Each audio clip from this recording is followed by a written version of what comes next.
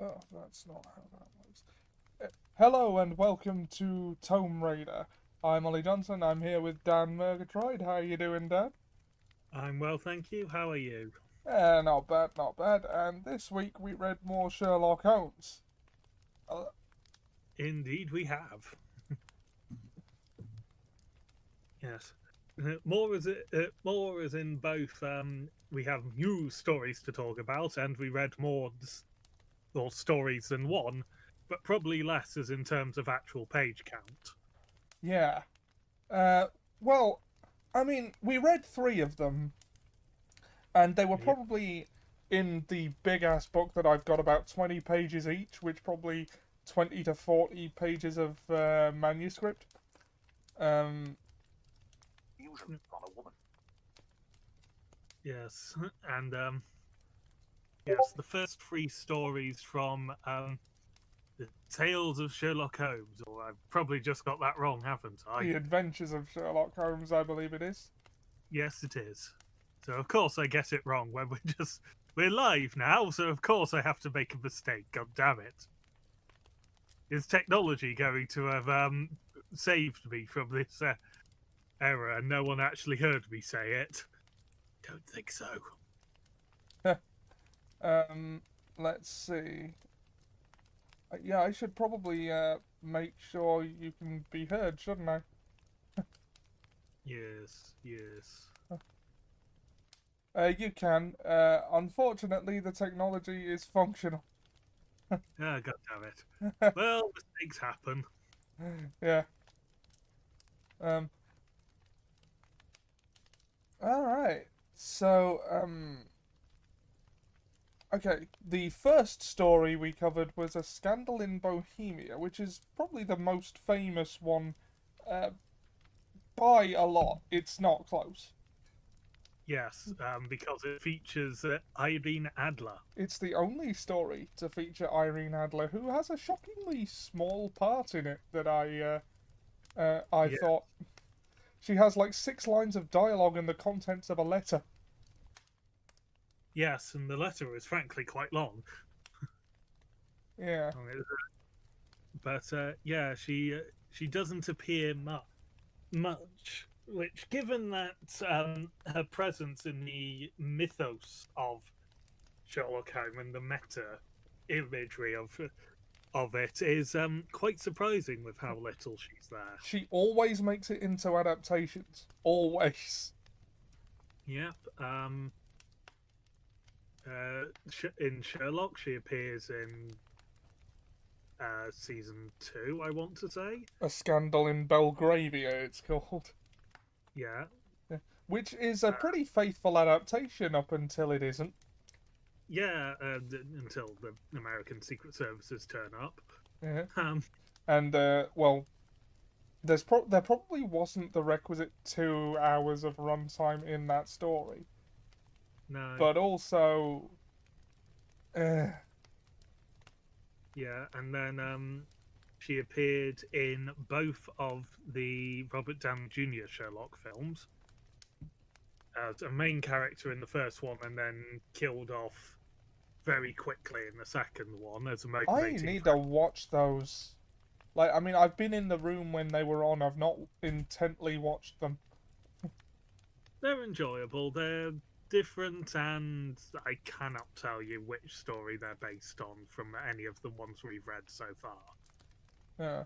I, Although, no, I did recognize at least one of them, uh, having seen BBC Sherlock, and they made sort of a brief reference to it in a case solving montage.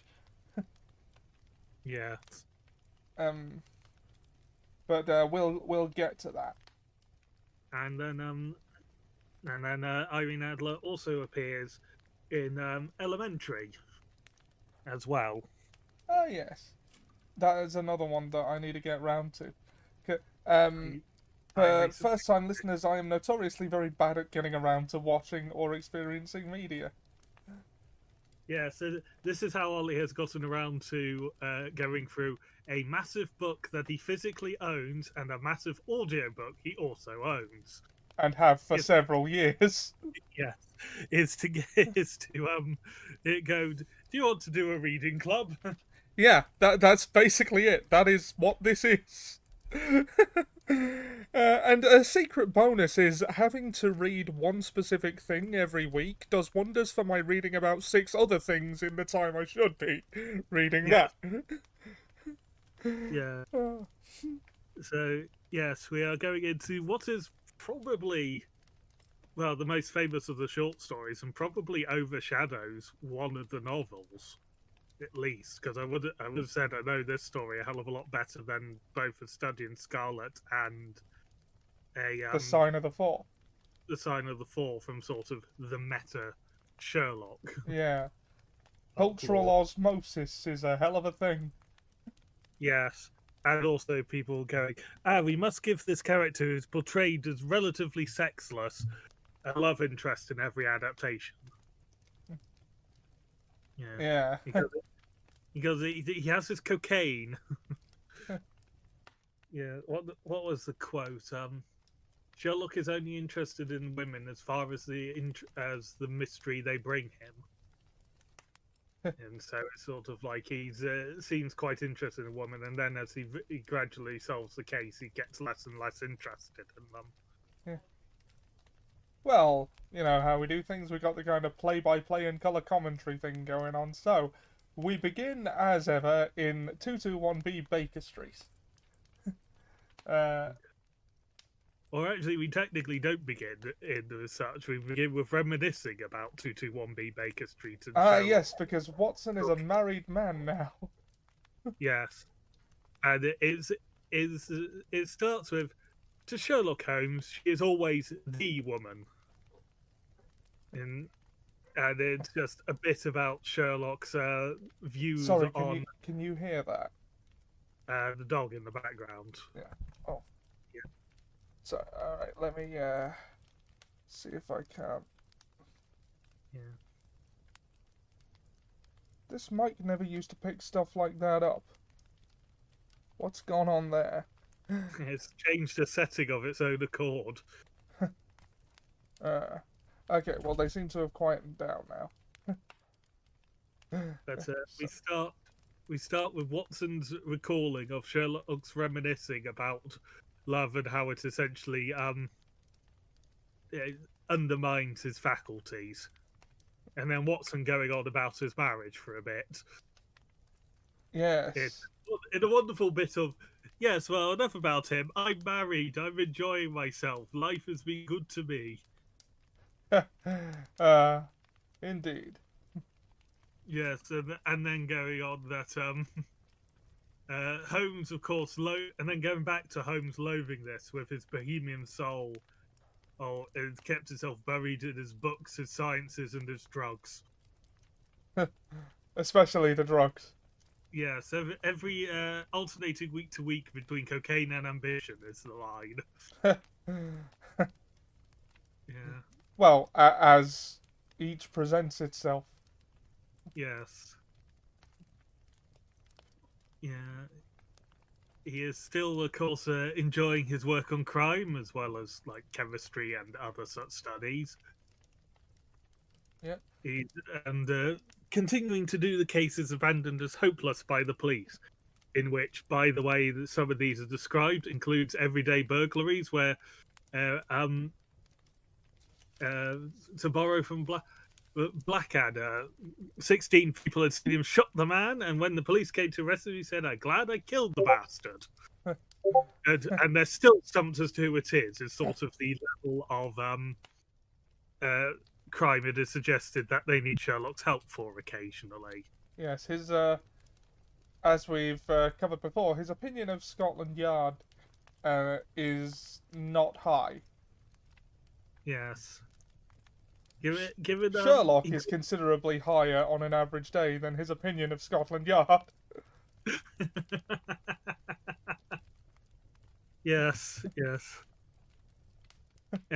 but in the times that Watson has been away, Sherlock has been summoned from many a case, including going aboard, including helping the the royal or the reigning family of Holland. They don't call it the royal family; they call it the reigning repeatedly. I suppose that is more technically accurate. Yeah. Yes, but another change has come over Watson's life, apart from marriage, is that he is working again, but he has gone into civil practice of medicine rather than military practice. Yeah. I mean, I suppose that's an easier job for him than being a military doctor. He only Yes, needs to name every bone in the body, not necessarily break them. yes. So, yes, but yes, on one of the nights, he is coming back from seeing a patient, and he is still the route. Sorry, the route home is taking him past Baker Street, and he fancies he will pop in and see his old friend, who he hasn't, you know, seen much of since he got married. Yet knows perfectly that he is going back and forth in his drug-fueled haze. Well, He's creature of habit that he is. yes, Yeah. And Sherlock seems happy enough to see him. He says, "Wedlock suits you. I guess you put on 7 pounds since you got married." 7.5 pounds since you got married. 7, responded Watson. And it's just like, I'd say trifle more, 7.5. Handled a bit nicer than BBC Sherlock did it, which is sort of and no. So I more. believe in that case the line was, "You've put on 7 pounds since you've got married, and cycling's not shifting it. It's not 7, it's 5." And Sherlock said, "Mary and I think 7." Yes. Yes, and also comments on about having a lazy or clearly careless servant girl and gone for the walk in the rain recently or something like that to again show off his deductive powers Yeah. as Watson, because Watson always reacts in a way that flutters his ego. I suppose with series like this, you can't really assume that the reader has read the others. So you do Yeah. have to re-establish that part of his character more or less continuously at the beginning of each one. Yes, in this case, it's the state of Watson's shoes as to what gives it away, because there are multiple parallel lines carved into the shoe on the inside, like arch, I suppose, that show where mud has carelessly been scraped off. Because, of course, Watson is a well-to-do doctor and is a married man, so of course he has household staff who Mary has already given notice to for their carelessness. Yeah. Yes, yeah, yeah. So he also points out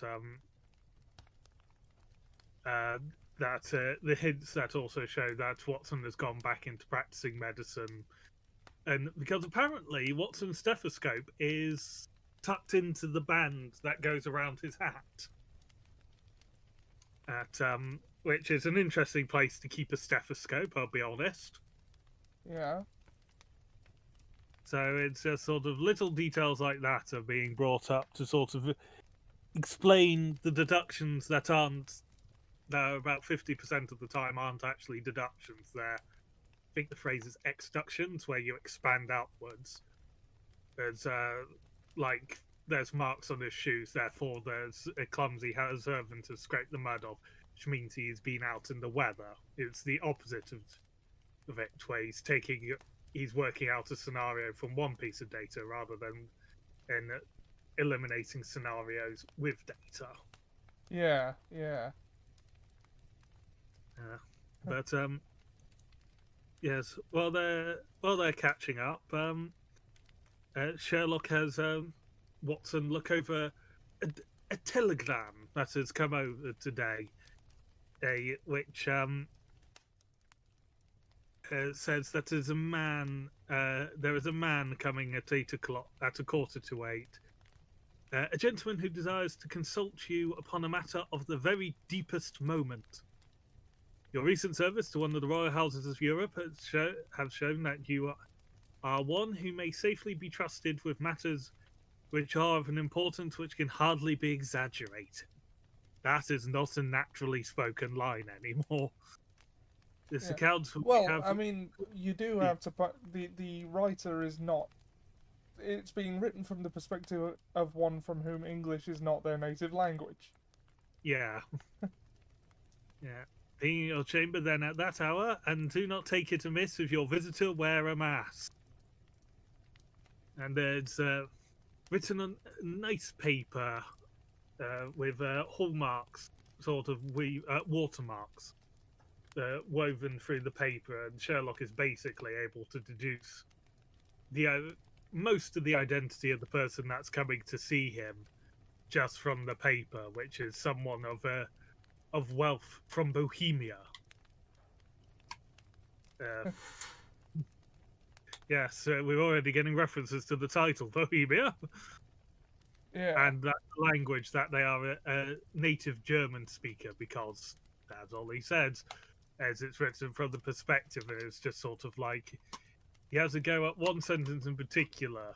It's just sort of like that butchery of grammar would not be done by a French or an Italian. It's so German speaker. Indeed. Yeah, Watson goes to go before the person arrives, and Holmes is like, no, stay. You used to do this with me. You can still do it now. It's just sort of like, I need someone to show off in front of, please. Huh. It doesn't. Okay, that's probably me reading into it a bit, but it doesn't quite come off like that. But I mean, as they do have that kind of relationship. yeah, it is established sort of very early on in the study in Scarlet. That's part of why Holmes sort of brings Watson into his confidence about these matters, is that Watson is very flattering to him about it, and while he doesn't do it from the credit, he would like to get some of the credit. Even though the credit then means that he has to go to more effort to then do the crimes, which then makes it more extraordinary, more flattering, more credit, etc., etc., etc. Yeah, and he would like someone to witness his genius. Yes. Which is a common trait among some of these characters, I'll be honest, and is often used as one of the more humanizing elements to Sherlock, is being him then actually forming a connection to the person who flatters his ego sufficiently. Indeed, the scandal in Belgravia, it's how Irene Adler manipulates him is by flattering him. Yeah. Well, I guess none of us are immune to that. No. It's one of the rare moments where he's allowed to show a human side to him, I suppose. Yeah. Yeah. So,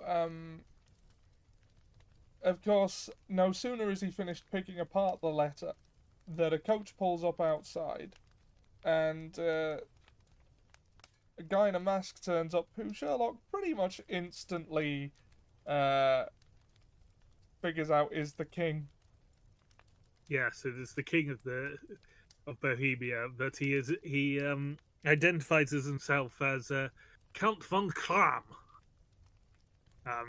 Because apparently a king, when trying to travel incognito, can still not go to a low rank of nobility or even no nobility. He's also, if I'm not mistaken, described as 6'6" and built like Hercules, with sort of some of the finest clothes, like the barbarian nobility. Sort of like he's made to look spectacular. And that is just all like, yes, no, I am incognito, just your average 6'6" bodybuilder.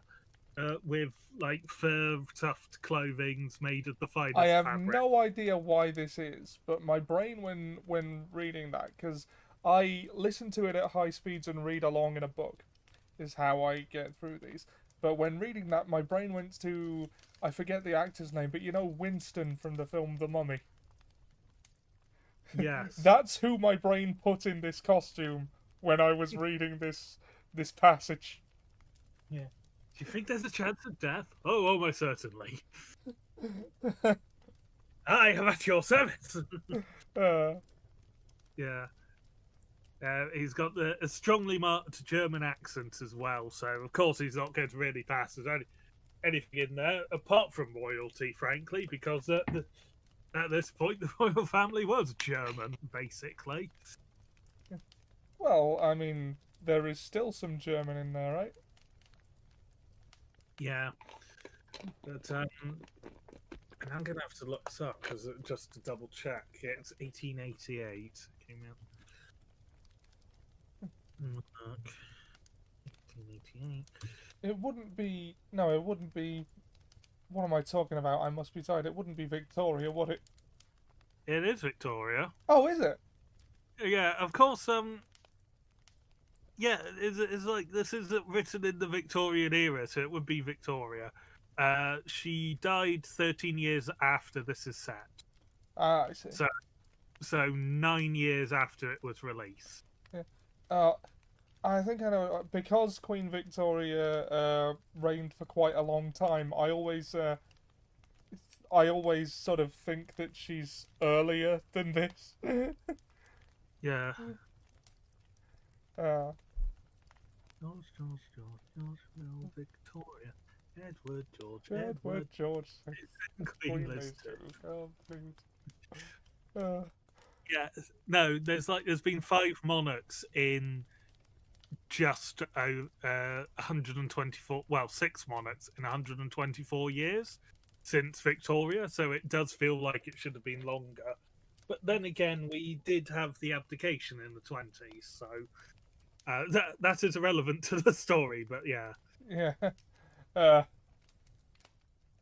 but it's finally first a German man tried to say he's Ron Cram, but is really the king of Bohemia has come in, has sworn them both to secrecy for 2 years upon this matter. after which it will cease to be relevant anyway. Yeah. Why 2 years? I'm not sure I was ever clear on that.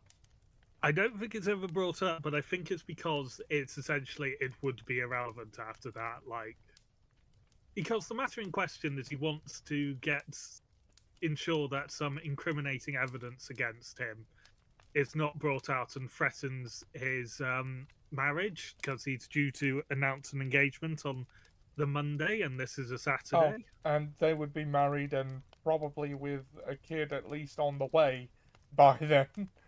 Yeah. At which point, I guess by the standards of the time, what are you gonna do? Yeah. Yeah. Yes. He has, of course, a very long name. The King of Bohemia. I've just found it in the text. It's Sherlock murmured. Why indeed? Murmured Holmes. Your Majesty had not spoken before I was aware that I was addressing Wilhelm Gottschalk Sigismund von Obstein, Grand Duke of Castelfenstein, and hereditary King of Bohemia. It's just sort of like, what? No. Less titles, less names. Whatever happened to good King Roger or good King Stan, to borrow from the Looney Tunes of all people, that line? Yeah. Yeah.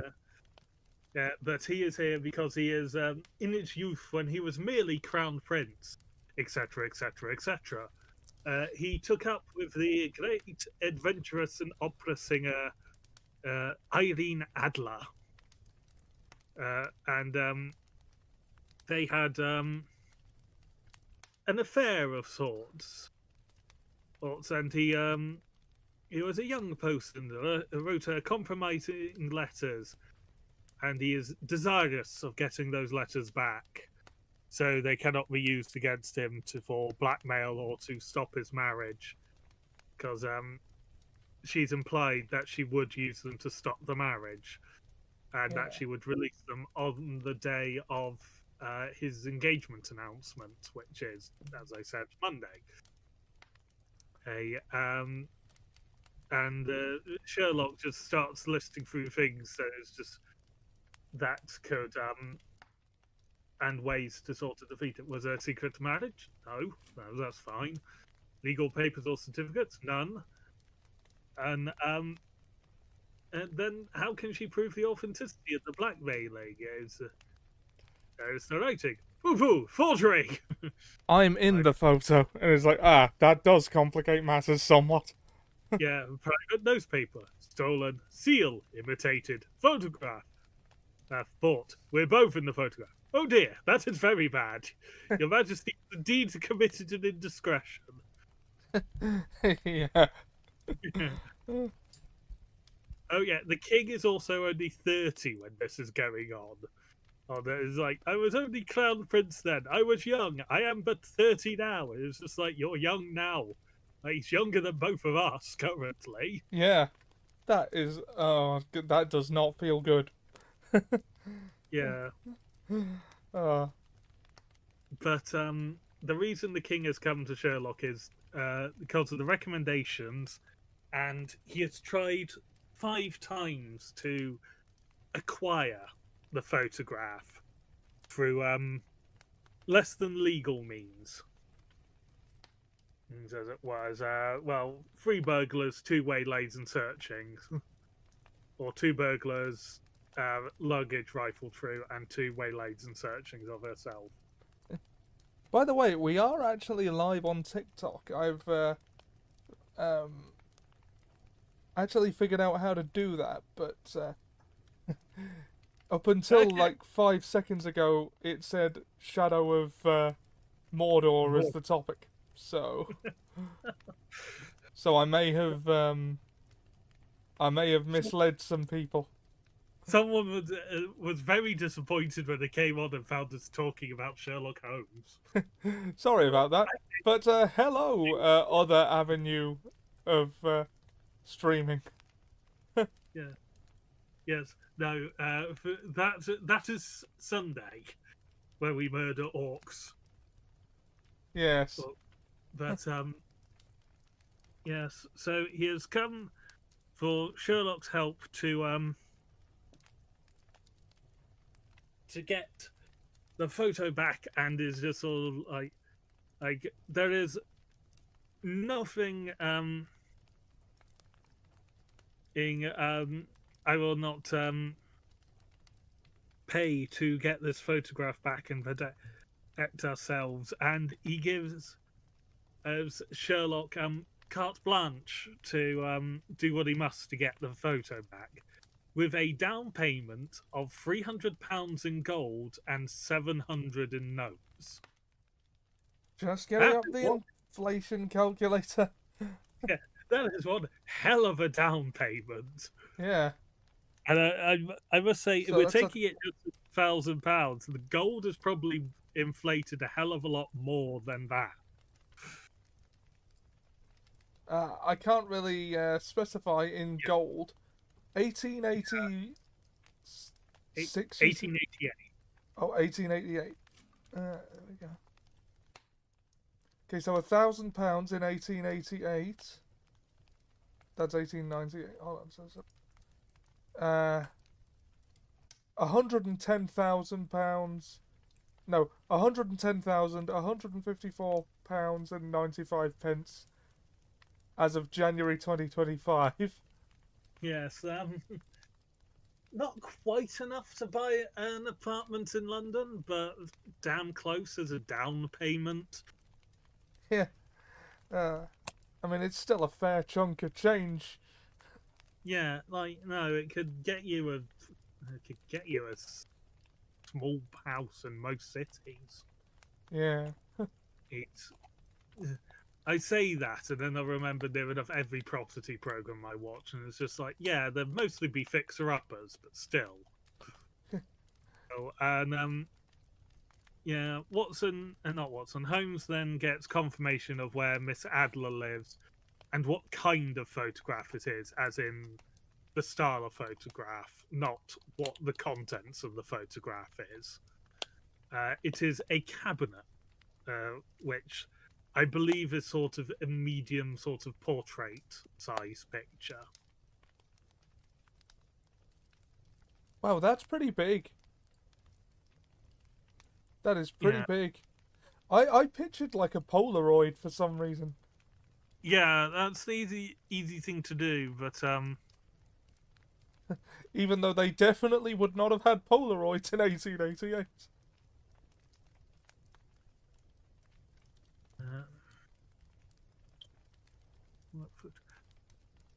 uh, okay, it might not be as quite as big as I'm thinking, but it's still it's a decent sized picture. It's not one you'd stick in your wallet, but it is one you'd put in a frame. Yeah, yeah. What, like, say a prom picture? Like that kind of size? A4 kind of thing. Possibly slightly smaller, but yeah, around that. Yeah.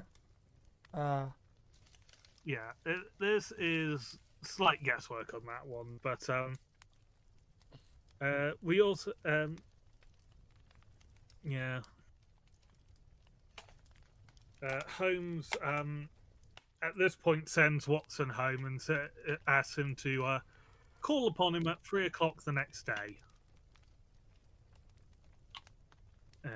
Uh, which of course Watson does with the punctuality of a military man, because it was at 3 o'clock precisely. I was at Baker Street, but Holmes had yet to return. good old Watson. You get a slight feeling of annoyance from that. It's just all like, come on, you asked me to be here by 3. I am precisely on time. Uh, Yeah. I mean, I don't want to complain, Sherlock, but you're the one who set the time, not me. Yes. So Watson resolves to wait for him, and Well, he is waiting a while, and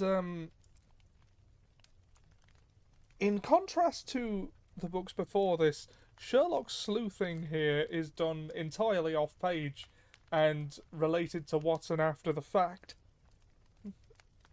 yes, Relayed to Watson after the fact. yes.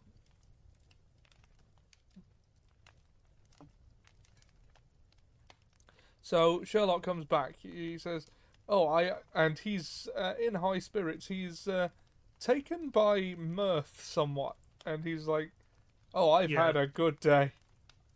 Yes, he has been in disguise for the day to speak with some of the workers who work near Miss Adler's as house or lodgings. And well, to make a long story short, things go better than he hoped. Yes.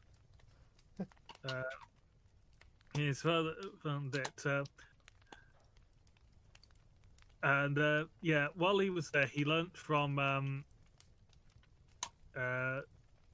horsey men, as he calls them, which I believe is sort of like people who look after the horses for various coaches, carriages, and stuff like that, is what I'm assuming, or that sort of social class, as it would be. He's learned a bit about the habits of Miss Adler, and that there is a man who regularly calls upon her once, maybe even twice a day. A handsome man who is believed to be a lawyer, Mr. Godfrey Norton.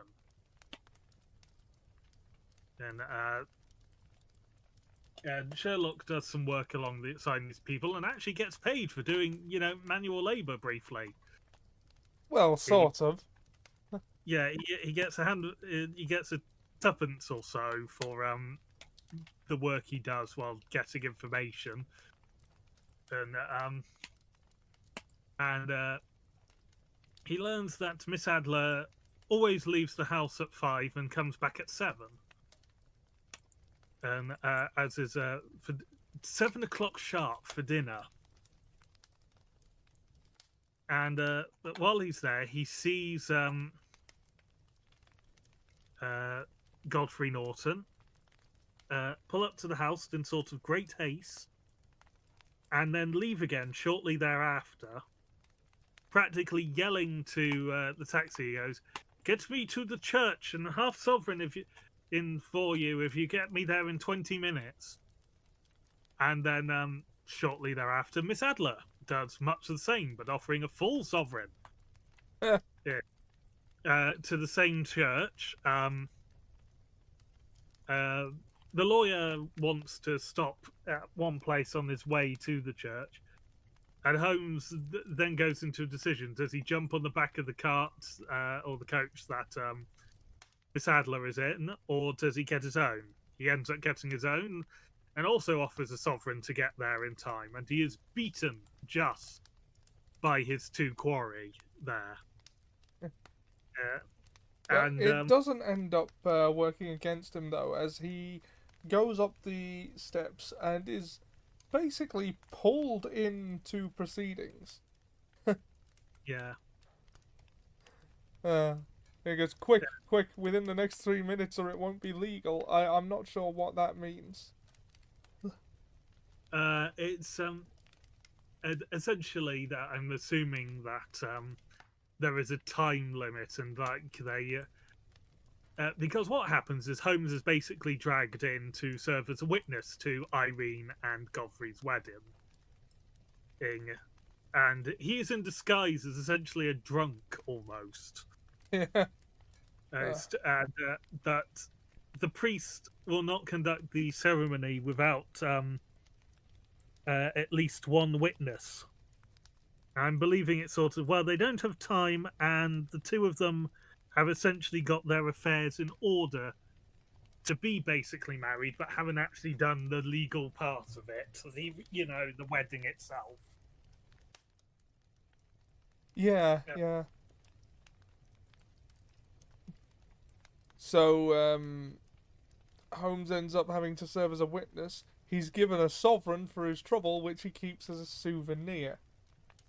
He's has it added to his watch chain is his plan, and which is a tradition I have seen. Indeed, actually, a pocket watch that I believe belonged to my great grandfather has Indian rupees on it from a trip over there.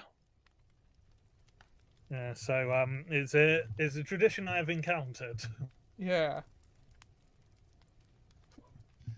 But And upon relaying this to Watson, he reveals to him what Watson needs to know of his plan. Yes. While having cold beef and beer, because Watson as in response, I need to make my own arrangements, which are some cold beef and beer. I hadn't had time to think about food, and I won't have much time after. Yeah. Yes, but I shall want for your cooperation. I shall be delighted. Oh, and he says, "Do you have any objection to breaking the law if the cause is, if it's for a good cause?" Yes. So here they are, two upstanding gentlemen, and just go, "Oh yeah, no, we'll break the law if it's for a good cause." Of course, Watson hasn't actually been told what the cause is for, but he's just assuming it's a good cause. Yeah. Yes, and yes, and then we finally get a name for the housekeeper, and it's not Hudson. No. Mrs. Turner. Or, pardon me, might not be the housekeeper. It might be the person who works the kitchens. Well, a maid. But we finally get a name for basically a person who's been keeping Sherlock alive these last few months. Yeah. Despite his best efforts. Yeah. Yes. Yes, but yes, the plan is laid out that when the coach arrives, Watson is to not intervene in any way in what is going to happen, and it will allow Sherlock to gain entry into Miss Adler's house and into the living room, where once the window is open and Holmes has given the signal, or Watson is to throw essentially a smoke bomb in And and shout yell, fire. yeah, and yes, and then he is to make his way to the end of the street and the street corner and wait for Holmes there. So it's all very mysterious sounding plan. Yeah. Yeah. And then, well, what goes down is there's an altercation in the street. Holmes rushes in, is knocked over and floored, and appears to be bleeding from the head. Yeah. Oh, at this point, Holmes is dressed as a nonconformist priest. Ah, yes, yes.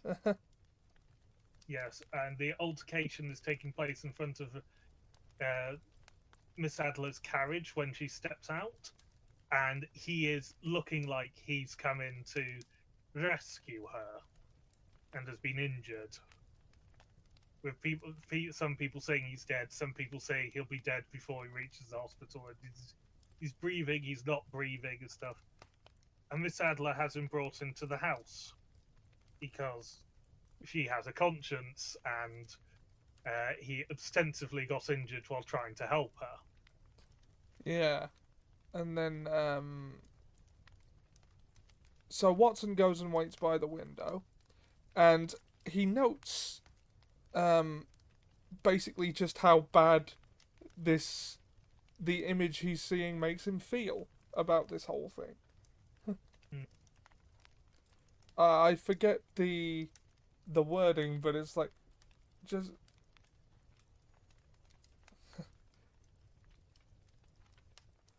Sorry, I forget exactly what he said, but it was like, the image of her tending to him, so... I never felt more heartily ashamed of myself in my life than when I saw the beautiful creature against whom I was conspiring, or the grace and kindness with which she waited upon the injured man. Oh, yeah. And yet it was the blackest treachery to Holmes to draw back now from the part which he had entrusted to me. yeah, I hardened my heart, and when Holmes gave the signal, Watson throws the smoke bomb into the house, shouts fire, and, well, Holmes comes out. Well, the entire street joins in briefly, and Holmes then tells her it is a false alarm. Shortly after, but Watson has left to the street corner, and Holmes then joins him, and Watson goes, "You have the photograph?" And he goes, I know where it is. How did you find out? She showed me, as I told you she would. And, well, if you've seen the BBC version, which is probably, well, again, that's been my only experience pre-reading these of Sherlock Holmes. I've been meaning to get to these for a long time.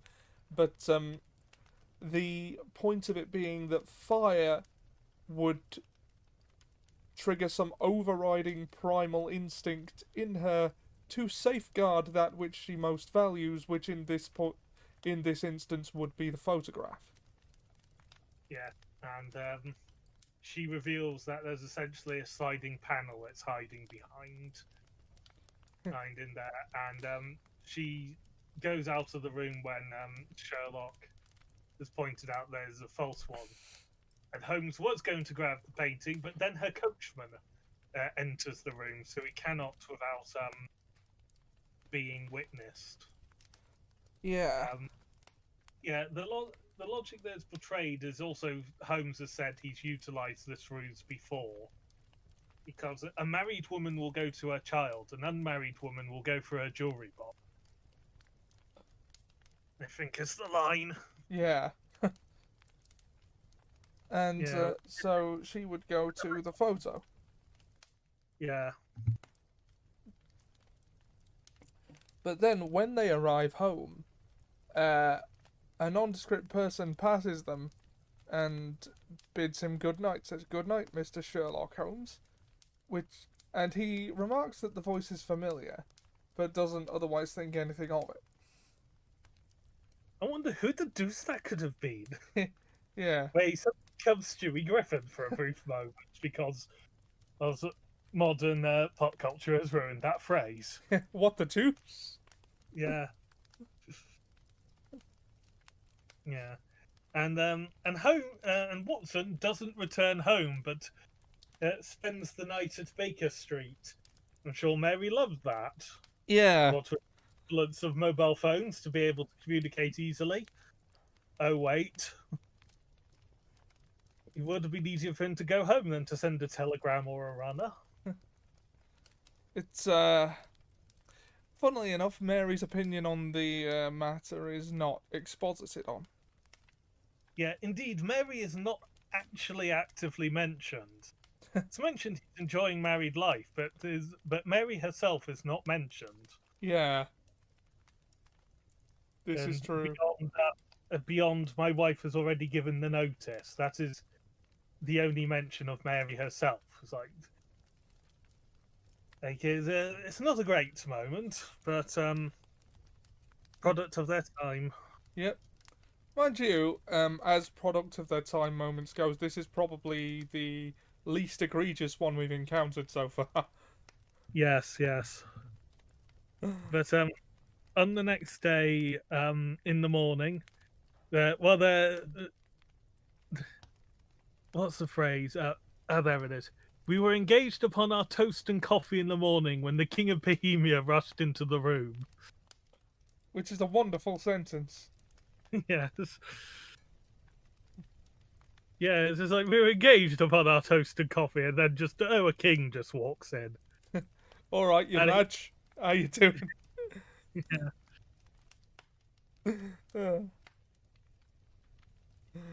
Uh, uh. And he's in high spirits. because of course they've sent word that they can acquire the picture easily enough. And it's also they then reveal to the king that Irene Adler is married, and he doesn't seem to believe that she truly loves the lawyer.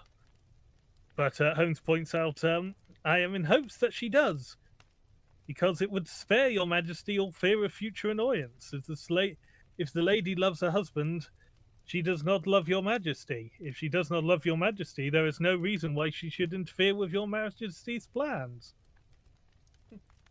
And his Uh, logic holds.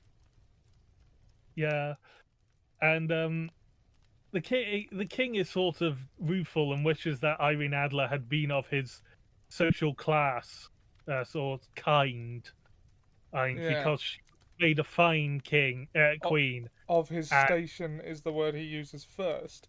yeah, Yeah. she would have made a fine queen, and it seems very much that he is still in love with her, Yeah.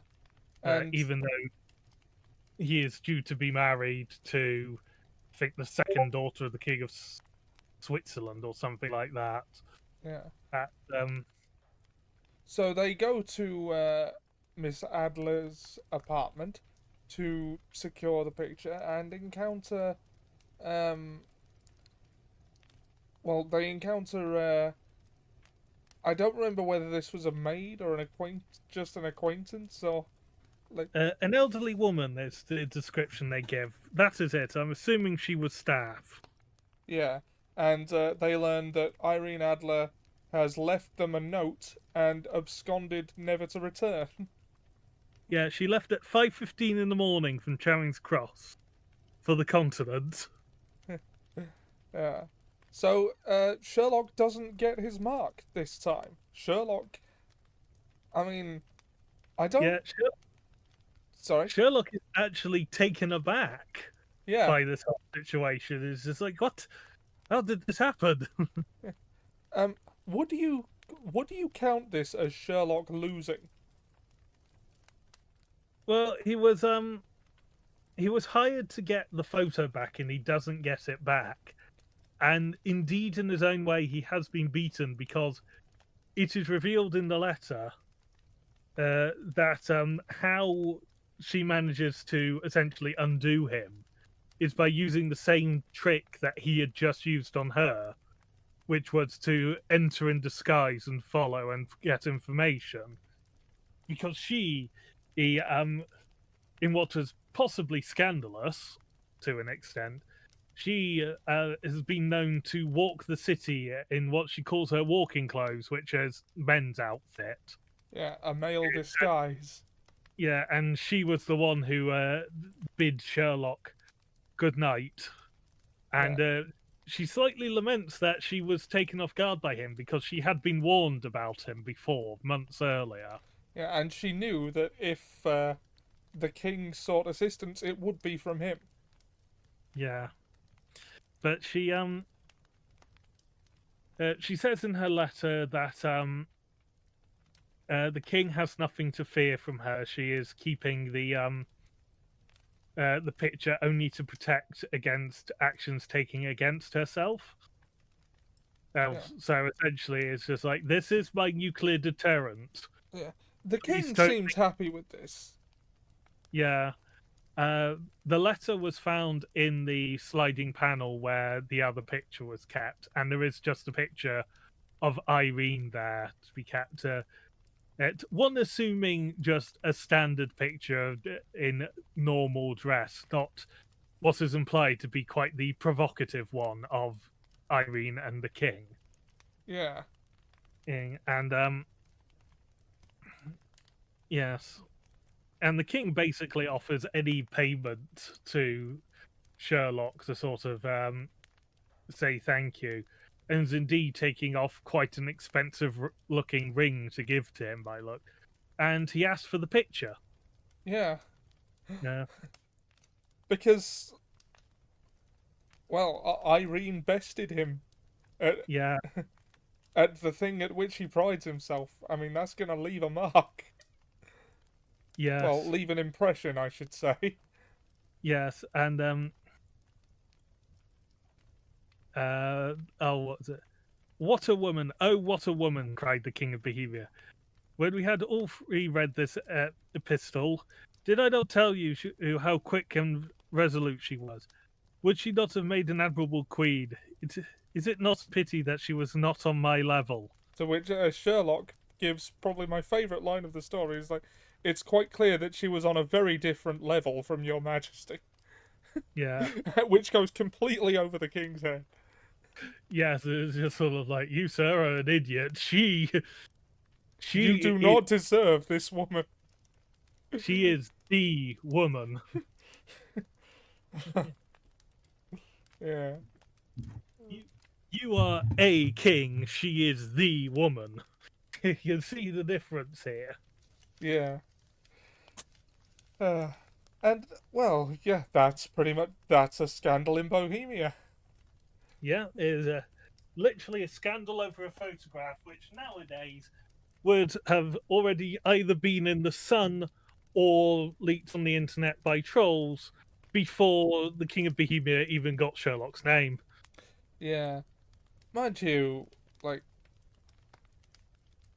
you could probably, I mean, if he were to claim it was AI generated, the people he needed to buy, enough people would buy it. Like, I Yeah, mean, those with discerning eyes of any level can tell AI generated from not. But, yeah, but yeah, it was a simpler time for crime, wasn't it? And sort of crime writing, where you didn't have to know how computers worked, yeah, and you didn't have to worry about AI. You could just, and everyone was remarkably polite, even the most hardened of criminals, like Magwitch in Great Expectations is implied to be one of the most horrible people about, and he's still written like he speaks like a upper middle class gentleman, even though he is absolute scum of the earth. yeah. Uh, Uh, indeed. in the story, and is that sort of thing in, goes on, and is like very helpful. Oh, but yes, the scandal in Bohemia is, you can sort of see why people latch onto Irene Adler, because the story is basically he's saying, "This is the only woman for Holmes, and I'll stop asking me to give him a wife." Yeah, Sherlock Holmes would not be interested in any woman bar this one, and she's gone. And she's fled to the continent with a husband. Yeah. Even though she signed the note, "Very truly yours, Irene Norton, née Adler," which might have been at the time Irene Norton, recently Adler, rather than Irene Norton. No, Adler. Yeah. Yeah. Yeah. Uh, Yeah. So, what did you think of a scandal in Bohemia? I think it's probably my favourite one of the. I think it's probably my favourite of the ones we read this week. Yeah. Like, in terms of just how completely it does what it's trying to do, I think it's, I think it's definitely up there. It keeps things simple. It goes at a fast pace. And again, it's a short story, so there isn't as much in terms of raw plot details to sink your teeth into, but there's a lot there I like, and like I like Watson says Sherlock had often made joke of the intelligence of women, and doesn't really do that anymore, which I love as a concept, because there was a prevailing assumption at the time that women couldn't be as smart as men, never mind smarter. Like, and obviously we know now that that's nonsense, but at the time it was the starting assumption for many people. Yes, and Yeah, and well, one of the things, and I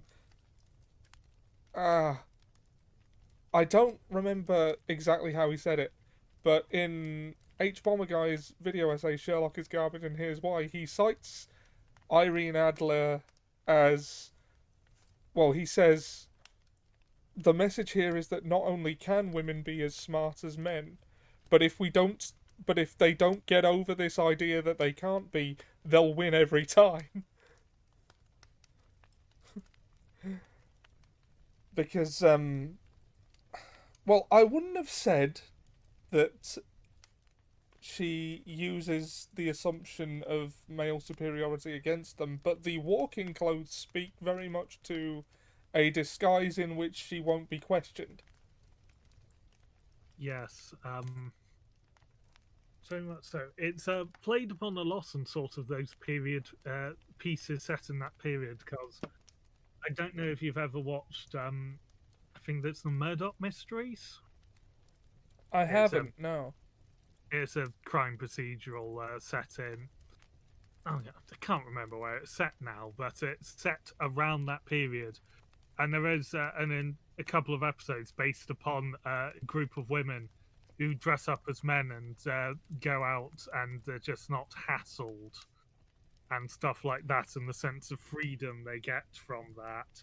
And indeed, they get into a gentleman's club and manage to fool everyone on in, to the extent of, like, one of the main rooms is just made up of women dressed as men with fake mustaches on. Oh, that is brilliant. Yeah. But it's, Are there any women here today? No. Now listen here. Nobody throws any rocks until I blow this whistle, even if they do say Jehovah. Because apparently Monty Python has a quote for everything. That also reminds me of the book Monstrous Regiment by Terry Pratchett. It's a Mulan parody, but then the Mulan stand-in who dressed as a man to join the military is put into a regiment of people who, it is revealed throughout the course of the book, they're all women disguised as men who joined the army for various reasons of their own. Yeah. Uh, Yeah. Yeah. Perhaps we'll get to that one day, but if we start doing a Discworld book a week, that's going to be like a year. Yeah, admittedly, There's doing a difficult book a week is certainly going to push my reading speed up. uh, But yeah, I like studying Scarlet. I agree, it's probably Scandal in Bohemia. yeah, Scandal Bohemia. My goodness, my brain is already fried. We've still got 2 more stories. I think this is definitely the most substantial one, though. Yeah, it is the longest. It's the only one that's in multiple parts, for example. Yeah, I don't think it takes longer to read, but there's more going on. Yeah, there's less sort of scene setting and more action. Yeah, as it were. As much as a lot of it is actually just Watson just waiting for Holmes to explain everything to him. yeah. But yes, pardon me. It's an enjoyable story. It sets up the myth of Irene Adler that has sort of gone and become the mindset, but it also then, just like the fact that Irene Adler came up to this, it pointed out something to me that hadn't clicked yet. Yeah. Another major character like Irene that's in people's imagination or memory of the story hasn't turned up yet. Mycroft. His older, smarter, but lazier brother. Yeah, no, we haven't seen Mycroft yet.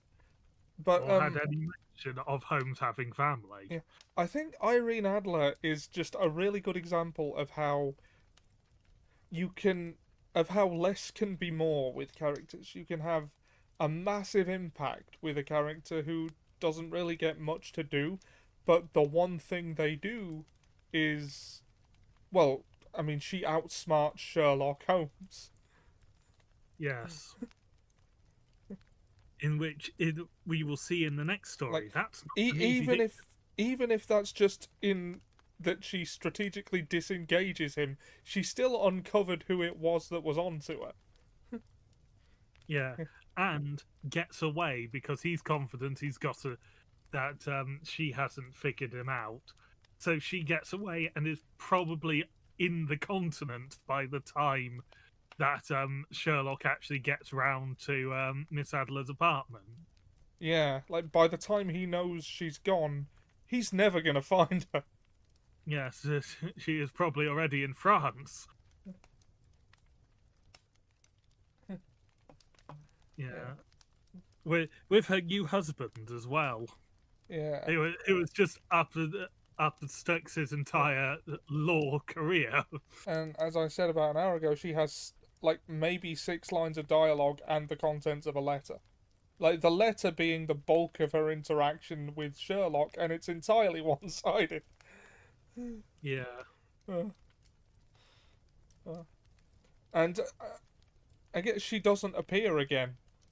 This is all we get of Irene Adler, but she's got such a presence in the mythos. Yeah, it's because that is amazing how the character has endured despite this. Well, how little source material there is of it, though. Yes. Yes. But then again, it's this mind that can outsmart Holmes. And of course, that's stuck with people, as to say. The bit of sort of like the more sexist element of it has been dropped to an extent from the story because Holmes, in many adaptations, doesn't assume that women are inferior to men in terms of intellect. Well, I mean, anyone who does to modern audiences would look stupid, which is counter to Sherlock Holmes. Yeah, but like in the adaptations of it, that element has been dropped from the story in adaptations, and now Irene it has taken Irene onto a new mythical level because she is the woman who beat him. Even though in many ways we is probably raised up as to a mythical level of intelligence in sort of the cultural zeitgeist, it's probably not actually as much as it would have been at the time. Yeah. Because she is the smart. She is the one who managed to beat Sherlock Holmes, and it wasn't because, like in the BBC Oh, adaptation. sorry, I forgot we're on YouTube. Oh, the woman outsmarts Sherlock. This is woke garbage. Mm, Sorry, I had to make the joke. yes, yes. And we do not believe that. We do not believe that. I hasten to Yeah, stress.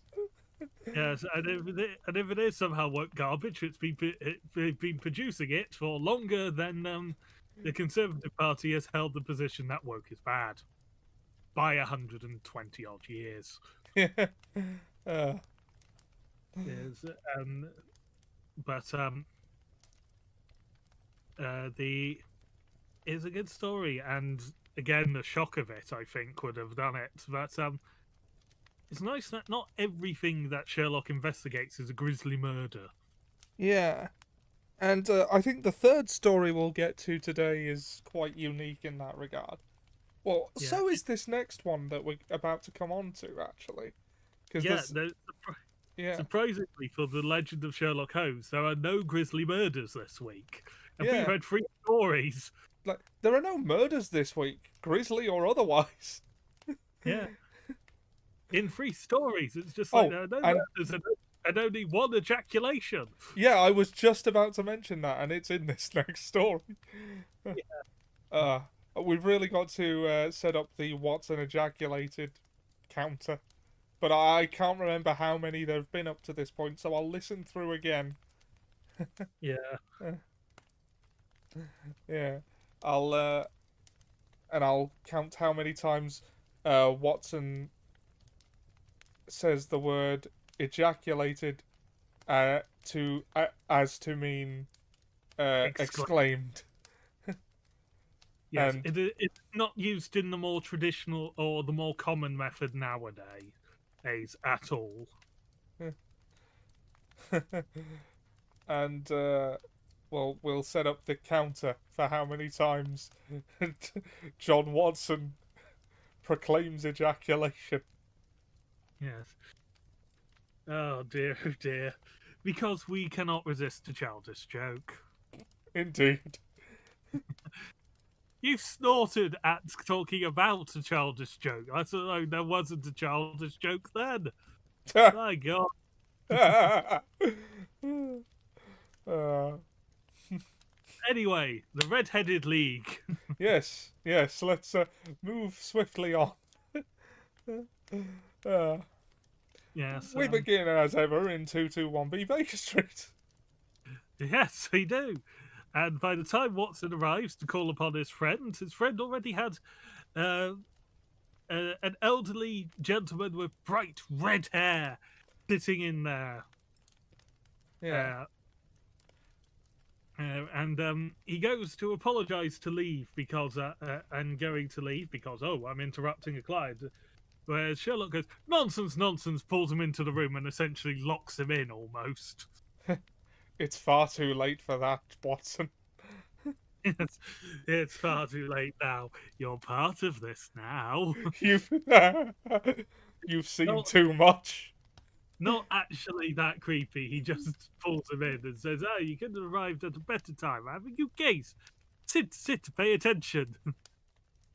And a fiery red-headed man who I chose to imagine as Alistair Beckett King.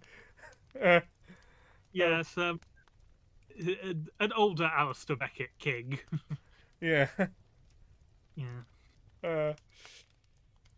Relays the story of his fortuitous happening upon and then sudden cessation of curiously well-paying and lax employment.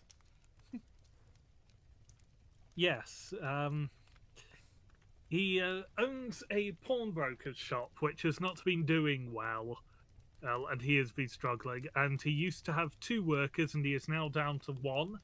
And a 14-year-old girl who serves as a sort of house staff, as it were. But the only reason he's able to afford the one worker in the house, the one worker in the shop, is that he comes on for half pay and is a very hard worker. And he says he's trying to learn the trade, though he has one on floor which he is deeply into photography and spends a lot of his time in the basement developing the pictures. But his worker had brought him an advertisement in the paper about about a position open with the League of Red-Headed Gentlemen, which was looking for minimal work,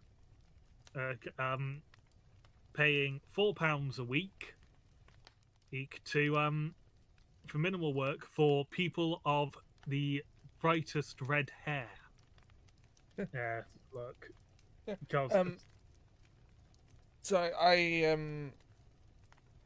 don't know if you mentioned the man who told him of this was his assistant, who is new and also volunteered to take the job at half pay. This will be important later. Yeah. And he's also not of sort of an apprentice age. He is of an age where he should be well, he's a similar age to the King of Bloody Bohemia. Yeah. All of this has been mentioned by this point. Yeah. Yeah. Yeah.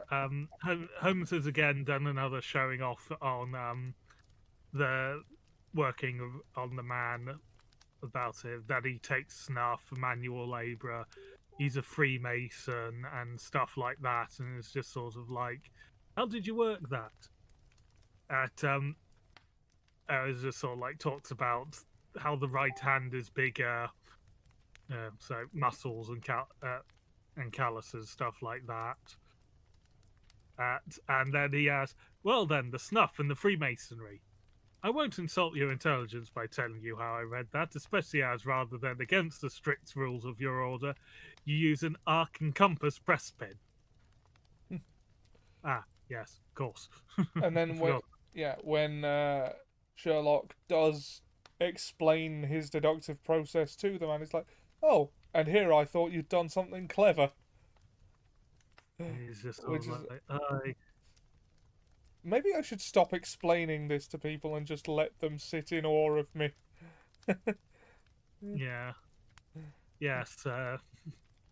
And indeed, he does sort of go to that and both confront. He also quotes Latin at that point, I believe, but we do not speak Latin, so I cannot tell you exactly what it means. But he finds the advert in question that he was wanting to show them, that brought them onto the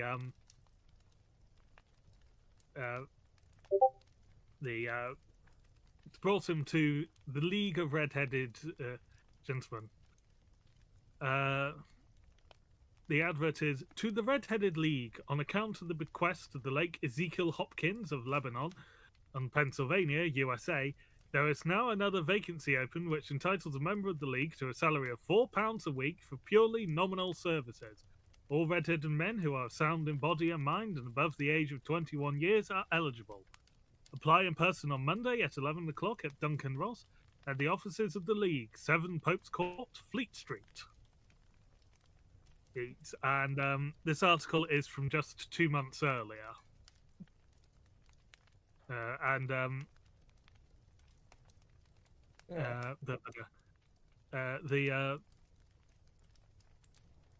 James said, the client then explains how he, with the prodding from his assistant, who is, I saw his name a second ago.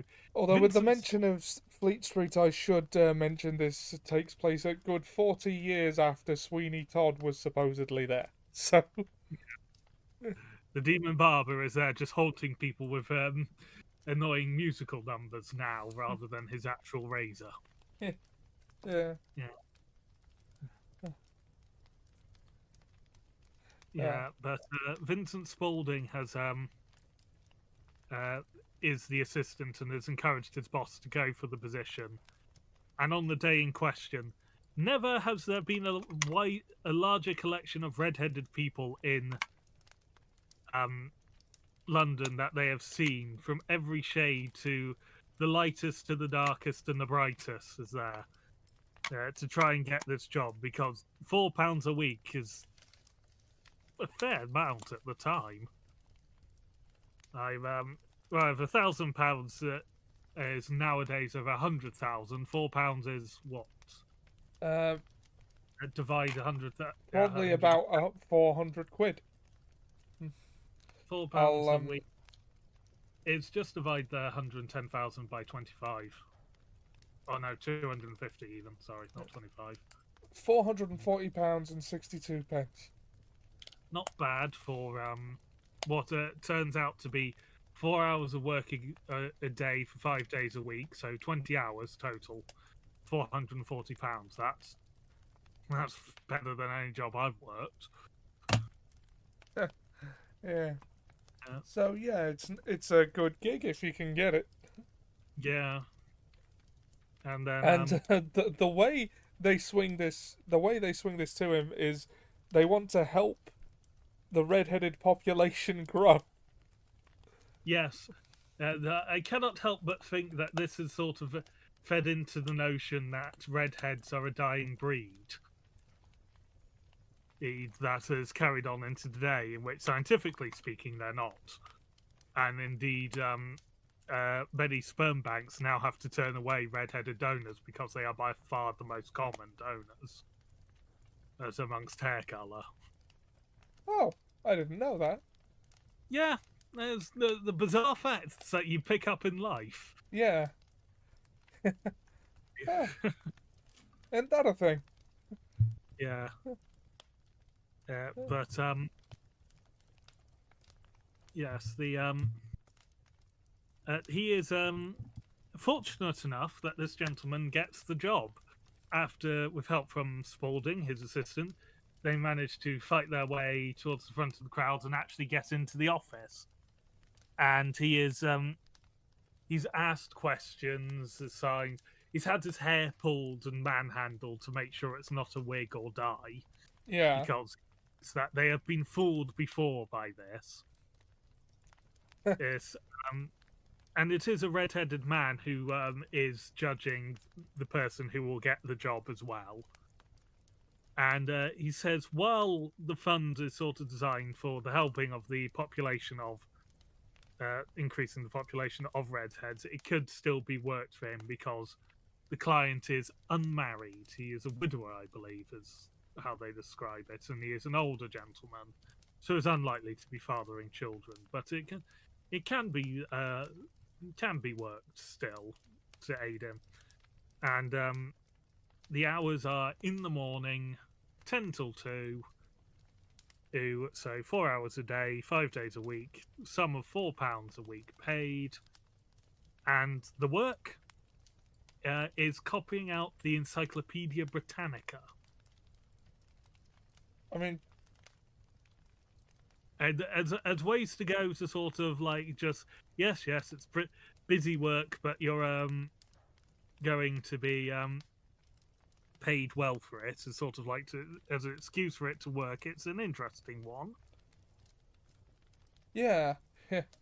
I mean, I don't really know the extent to which production of copies of books worked in this day and age. That's not something I ever thought about. It's like, presumably they had copies of books. Like, the printing press had been invented, surely. Oh, the printing press had been around for a while. The Gutenberg Bible was in the 16th century. Ah. So, yeah, I have a degree in English literature. I have actually used a printing press and set type. So, by this point, books were relatively cheap, and indeed, you wouldn't have had a magazine with a study in Scarlet in it, or an annual with a study in Scarlet released in it. That was viewed as a magazine if you didn't have a printing press Yeah, yeah. at the time. I mean, I assumed it would be around, but I wasn't sure, how expensive its use was, what kind of things got mass produced. Yeah, but essentially it is busy work to justify giving a wage. Yeah, Though they did have to provide their own ink and their own paper and the pen, but given how cheaply those could be gotten comparatively, that did not bother them. And then it is the man who is conducting the interview then shouts out of the window that the position has been filled, and the rest of London's red-headed population is pissed off, basically, It- but disperses with a grumble. yeah. Uh, just a big crowd of people going, ah. Yeah.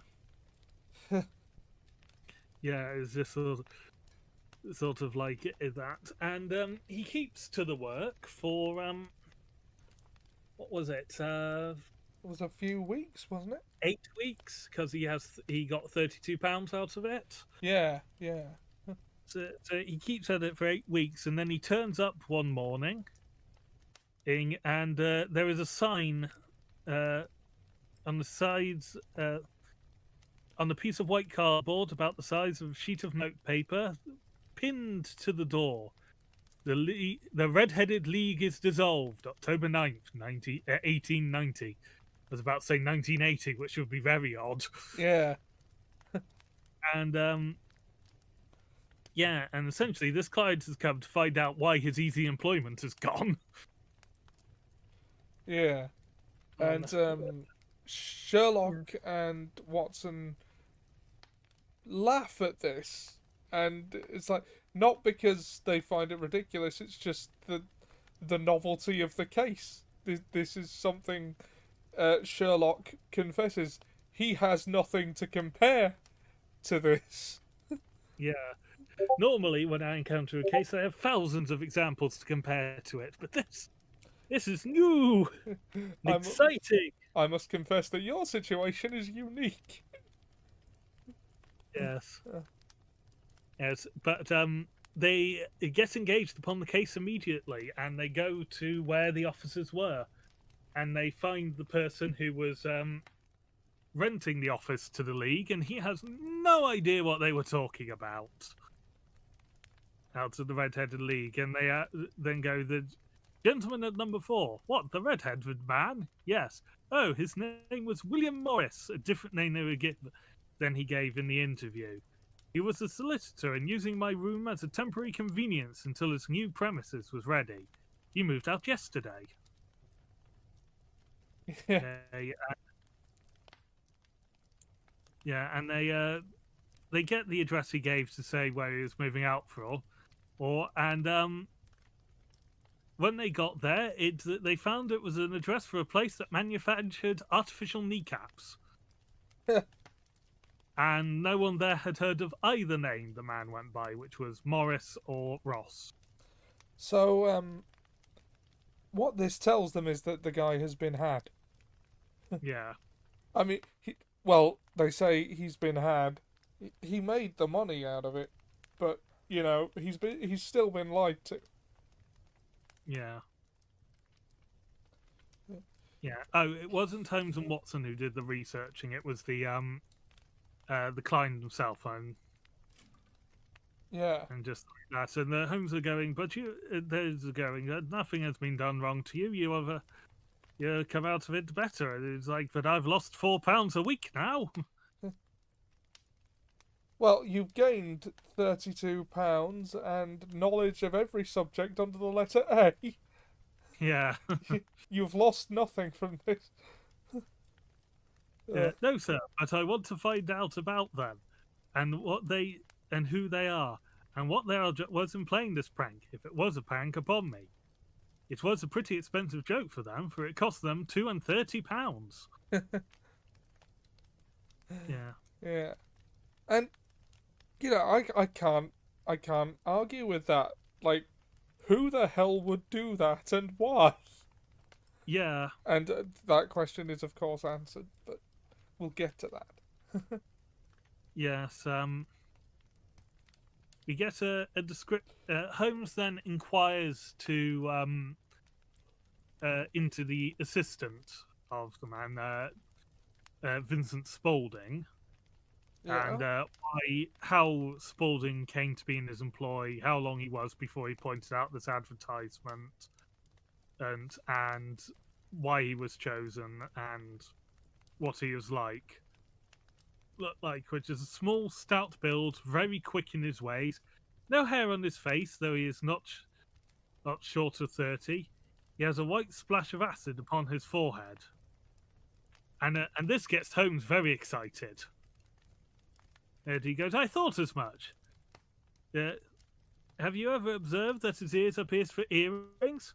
"Yes, sir. He told me that a gypsy had it done for him when he was a lad." "Hum," he said, sinking back into. "He is still with you?" "Oh, yes, sir. I've only just left him." "And has your business been attended to in your absence?" "Nothing to complain of. He has done very much. It's never very much to do in the day." And that will do, Mr. Wilson. I'm happy to give you an opinion upon the subject in a day or two. Today is Saturday, and I hope that by Monday we may have come to a conclusion.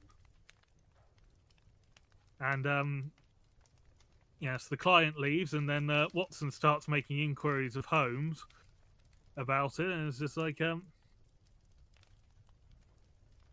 is a most mysterious business, according to Watson. Yes. Yes, indeed. And Holmes is like, as a rule, the more bizarre a thing is, the less mysterious it proves to be. It is your commonplace, featureless crimes which are really puzzling, just as the commonplace face is the most difficult to identify. But I must be prompt over this matter. What are you going to do then? To smoke? It is a free pipe problem. And I beg that you won't speak to me for 50 minutes. Basically, shut up. Let me have my tobacco. My brain will do the rest on its own time. Yeah, Let me cook. yeah, Uh, so yeah, Watson holds up and lets him cook, and uh, yeah. he he starts to wonder whether Sherlock's fallen asleep and starts nodding off himself, and then Sherlock jumps up. It's like, I have it. Uh, And then he basically asks Watson to join him for a concert that afternoon. He just said, "What do you think, Watson? Could your patient spare you for a few hours?" "I have nothing to do today. My practice is never very absorbing." "That's not the same as you have nothing to do. That means my practice is dull, sod the patients." yeah, that's not the best rationale, but they go to what is it? He specifies that it's German music of some kind. I think. Yeah, which is more to his taste than Italian or French. Yeah. Which each to their own. And I mean, he is friends with the King of Bohemia as much as he's friends with any of his clients. This is true. Oh, he gives Watson, like, he's had a gift from the King of Bohemia. I can't remember what it is. He usually. That's the next one. Oh yeah, yeah. I said they wouldn't run together in my head. That is a small detail that isn't relevant to the story, so that is forgivable. Yeah. But they stop for lunch and on the way. But on their way, after they stop up and up at the pawn shop owned by their client, and Holmes observes, walks back and forth a bit, and then outside taps keenly on the ground 3 times, and Watson is most confused, and Holmes refused to explain before knocking on the door to inquire for some directions from the assistant. and how to get to the Strand. He knows how to get to the Strand, but he wanted to get a look at the knees of the man's trousers. Yes, and because this is Sherlock Holmes, from those he can basically derive the man's entire life story. Yes. Yeah, and he goes to specifically down the street, and there is and it's sort of like, I need to remind myself of what the houses are in this street, and it's just sort of like there is Mortimer's, the tobacconist, the little newspaper shop, the Coalberg branch of the City and Suburban Bank, the vegetarian restaurant, and McFarlane's carriage building depot, and that carries us right to the other block. And now, what's Doctor? We've done our work, so it's time we had some play. A sandwich and a cup of coffee, and enough to violin land, where all is sweetness and delicacy and harmony. And there are no red-headed clients to vex us with their conundrums. Apparently, he described as interesting until now, and now it's just vexing with a conundrum. Yeah. Yeah, and yeah, so the Sherlock just spends his time absolutely loving the music and seeming just sort of like in a rare moment of him not being Sherlock the sleuth hound. He is smiling and has dreamy eyes, as Watson puts it. Yeah. Which I'm imagining had a very different meaning at the time it was written to what it is now. Yeah, I can imagine that. But through the course of this introspective music, Sherlock has apparently solved the case. He's not forthcoming with Watson about details, but he tells him to bring a gun. Yeah, after going home for a bit, come this evening and bring a gun. Yeah. And Watson tries to use what he knows of Sherlock's process to figure out what it is Sherlock figured out, but it's completely impenetrable to him, so he just gives up. Yeah. And he arrives at around 10, which is when Sherlock asked him to find that he is not the only one who has been called to Baker Street, because there is Peter Jones, the detective from The Sign of the Four, or now officially in more stories so far than Lestrade or Gregson. Yeah, I was about to say. Yeah. So far that may change, and the other was a long, thin, sad-faced man with a very shiny hat and, I love this phrase, I'll be honest, oppressively respectable frock coat. Oppressively respectable, is it, Watson? And, or throat, if you will. Yes. The man in question is a Mr. Merryweather, who will be joining them for the night's adventures. Yes, and yes, and it appears that Mr. Merryweather is somewhat doubting that they're hunting after anything, because they're going after criminals. And he's sort of like, he's hoping it's not a wild goose chase. Or, I hope a wild goose may not prove to be the end of our chase. Yes. I think the evolution of language on that one has certainly helped make it less of a mouthful. Indeed. And Jones is complimentary of Mr. Holmes's abilities to Mr. Merryweather, and mentions about the Sholto and Agra case, or the Sholto murders and the Agra treasure case, and still. And Merryweather seems to be annoyed because it's the first night he's not getting to the first Saturday in 27 years he's not getting to play poker by the sounds of it, or a card game anyway. Yeah. Although, you know, Holmes does bring a deck of cards, in fairness. Yeah, but it doesn't quite work out. It is then revealed that they believe they are after a young man named John Clay, murderer, thief, smasher, and forger.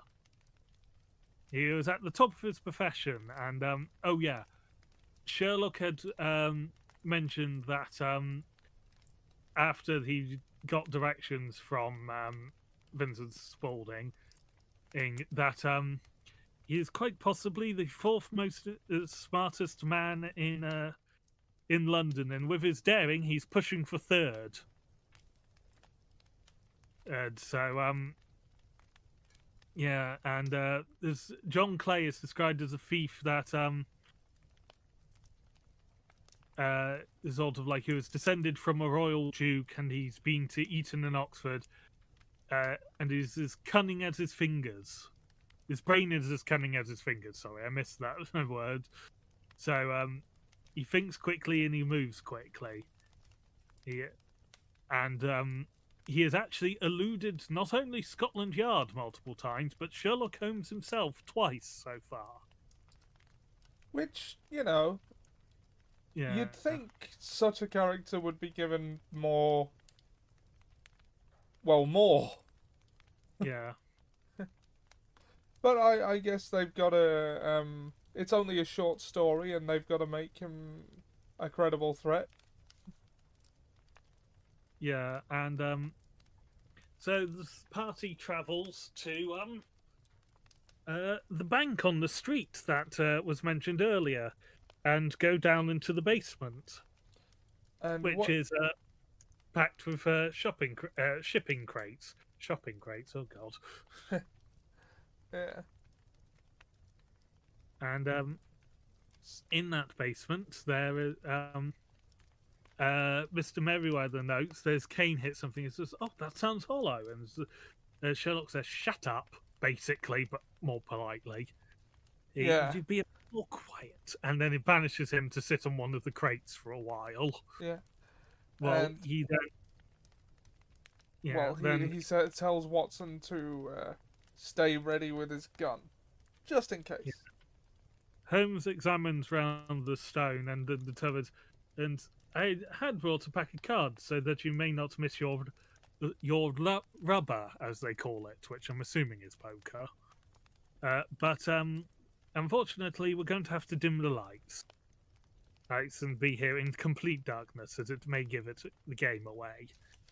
It is revealed that there is an unusual amount of silver bullion in this particular branch that hasn't been unpacked yet, and because it was bought from the French for essentially to increase the bank's reserve of gold.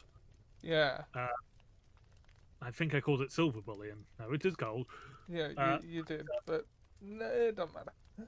Yeah, but there's a unusual amount of gold in this bank that hasn't been unpacked.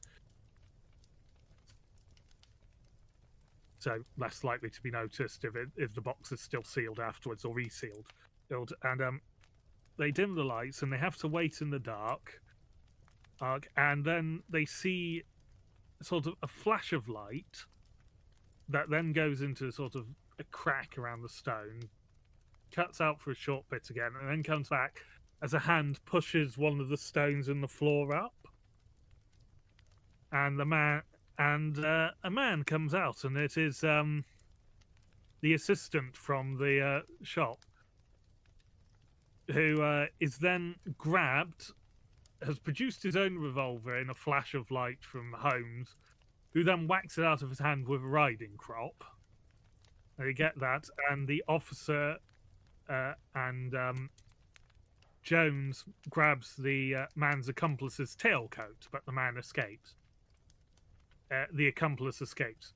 Fortunately, they'd already seen forward to this, and they'd placed two officers outside the pawnbrokers.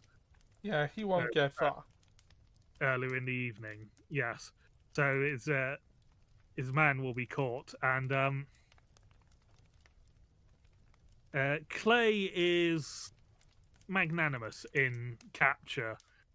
Just sort of, as long as they respect that use please and sir with him because he is He is of of ro- royal blood, don't yes, you he is know? of royal blood. Yes, as long as he is please and sir, he's perfectly happy to go on with the whole thing. As With the whole every villain so far has been. yes, yes, Sherlock Holmes uh, villains are remarkably good sports. yes, yes. Uh, when they've been caught, it's like, all right, fair enough then. Yeah, and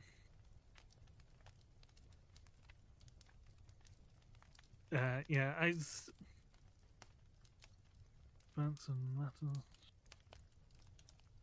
he also he gets a thanks from Jones for helping catch the thief. Sherlock says it's all, basically all in a day's work, and he had a score or two to settle, or with John Clay himself. He has made some small expense over this matter, which he expects the banks to refund.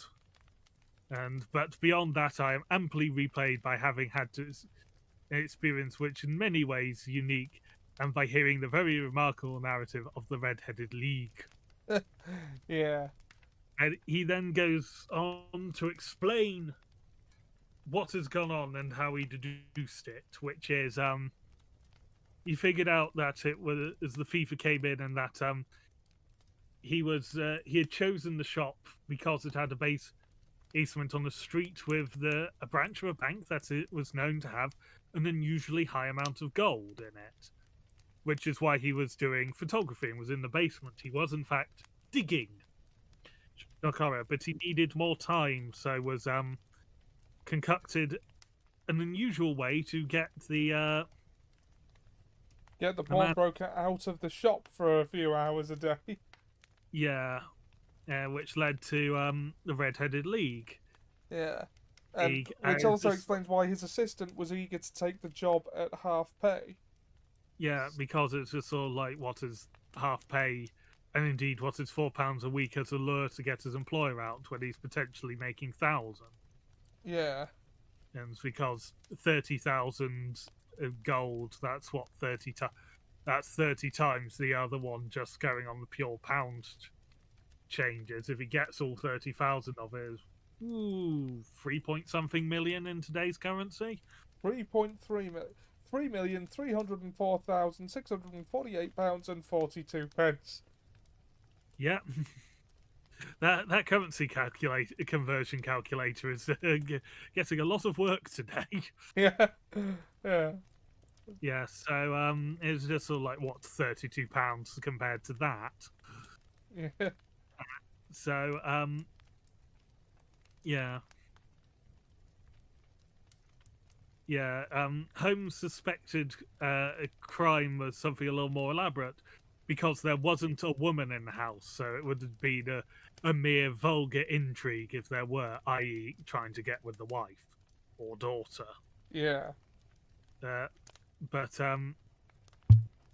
with the mention of the cellar, it started to click, and he reveals why he tapped the road with his cane was to work out whether the cellar was at the front or the back of the building, which would determine the way that he was probably digging.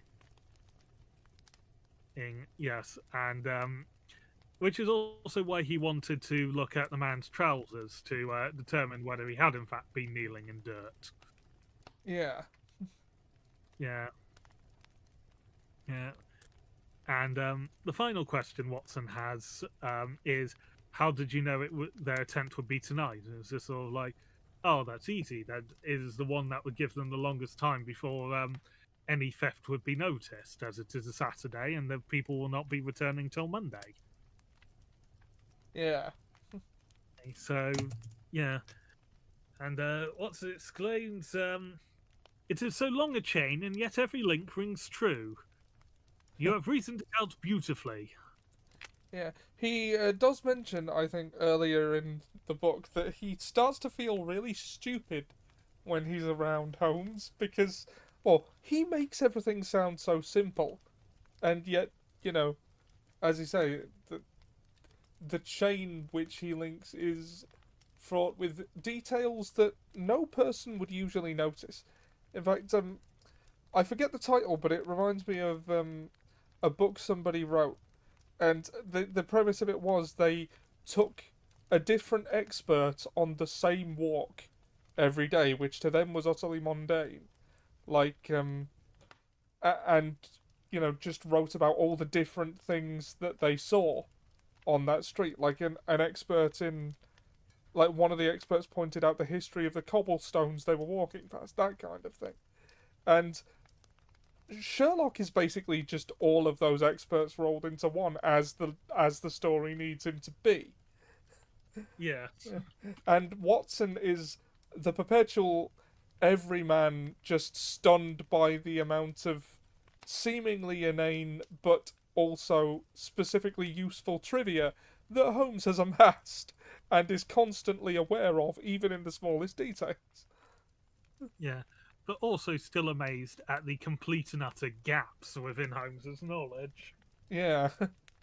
Though that hasn't come up since the first story. Yeah. Well, it's one of those things you just sort of establish and accept, I suppose. Yeah. But yes, that is the second story. What were your thoughts on that one? Yeah, I enjoyed that one. Not quite as much as A Scandal in Bohemia, but I wouldn't have guessed from the outset that what the mystery was. But yeah, it was an enjoyable read. It's the idea of the Red-Headed League was a funny one. Yeah. A fund has been set up by a deceased redheader with no descendants to make sure other redheaded people can have large families, basically. Yeah. And I mean, you'd believe it of the time, wouldn't you? Yeah, well, I wouldn't be entirely surprised if something like that was set up nowadays. Yeah, yeah. Yeah. I thought the villain was kind of a non-entity, and just I have royal blood, don't you know? It's just sort of like mild eccentricity in the place of any kind of character presence. But that's not the point. It's a short story. They needed someone to take the fall. Like the journey is the destination for this one, I think. Yeah. This isn't that kind of story. Yeah, the villain is sort of unimportant in the short stories to an extent. It's the mystery behind them. Yeah. Or at least in this one, I would say that's less the case in A Scandal in Bohemia, because it isn't a villain as such in that one. No, just people with crossed purposes. Yeah. It's like Irene Adler is doing it for her own protection. It's not sort of she's out to deliberately ruin there's no nefarious intent there. Yeah. Yeah. The next one, the villain is Despicable. Yeah. Yeah. I don't have as much to say about this one. I thought it was it was kind of I mean, yeah, it was good, but like I don't really have much to say about it. I thought it was kind of flat, honestly, except for like the very end, which made me laugh a bit. Like, not that I didn't enjoy it. There's just not so much. There's not so much meat to this one. Yeah, it is. It is a weaker one overall, but Yeah. it's got its pluses, but Yeah. it has a. I'll be honest. There's a little bit of an energy of Conan Doyle got an idea, a semi-joke idea, went with it, didn't think of a villain, so just created someone at the end and went, and well, the public want a story, I will give them the story, because he didn't like Sherlock Holmes at the end of it. Indeed, that's why we got The Death of Sherlock Holmes, one of the upcoming bits for us to read, where he actually attempts to kill him off. Yeah. because he felt Sherlock was overshadowing the rest of his work, and he is completely and utterly correct. If Sherlock has, because I believe he also wrote a series of books about a character called Sir Norbert, which is meant to be set in the Middle Ages, which I know nothing about to the extent of I could be wrong on the title. Right.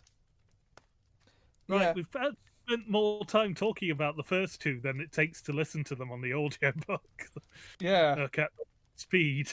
Yeah. Well, especially at the speed I went through them, bolstered by the fact that I was also reading the words so that my eyes would pick up the slack of my ears. I got through all three of them in about less than an hour, Mm, and then listened to them again, like shortly before coming on here tonight, uh, yeah, at a well, slightly slower speed. I'm up to 3.5 on Audible, assisted by the actual words in front of me. And I think that's as fast as it goes. Though I can't sustain that speed, I will lose myself occasionally. Though not immediately. Uh, but yeah, at that speed, to give an example you'd be familiar with, I'd be able to read Heir to the Empire in 3 hours and 45 minutes. God. Though I'm telling you right now, I wouldn't do that in one sitting. I started to feel Yeah. a bit dizzy and maybe a tiny bit sick after 45 minutes of that speed of absorbing information. Yeah, we're not Thrawn or Holmes. Or the Because, Flash. yeah. Oh, the Flash would be able to do it in about 5 seconds. Yeah. Although he But wouldn't retain the information. yeah, he can't retain the information, but he just reread it when he needs the information again. Yeah. And but Wish I could do that.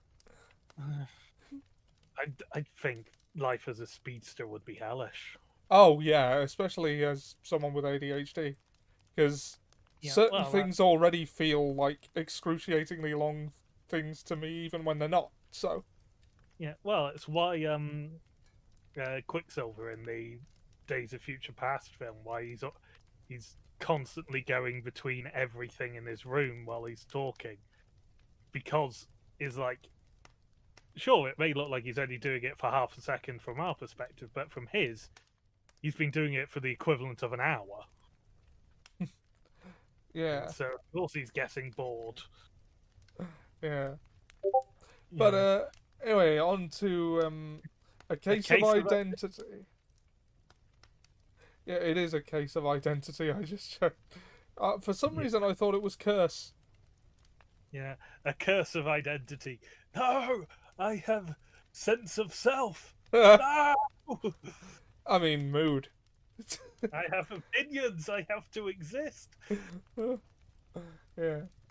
But, apparently I ain't happy without a good curse. Yes. Yes. And we begin as always in 221B Baker Street.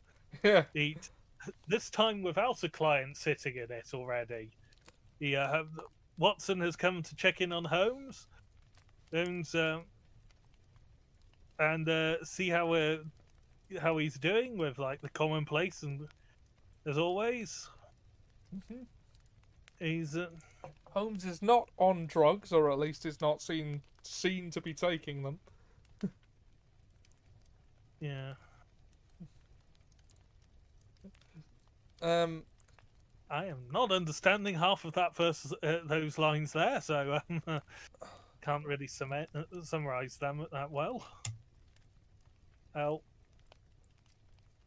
Yeah. But they're talking about the nature of I think a case or a group of papers, and the nature of magistrates. Yeah. Seems a bit. And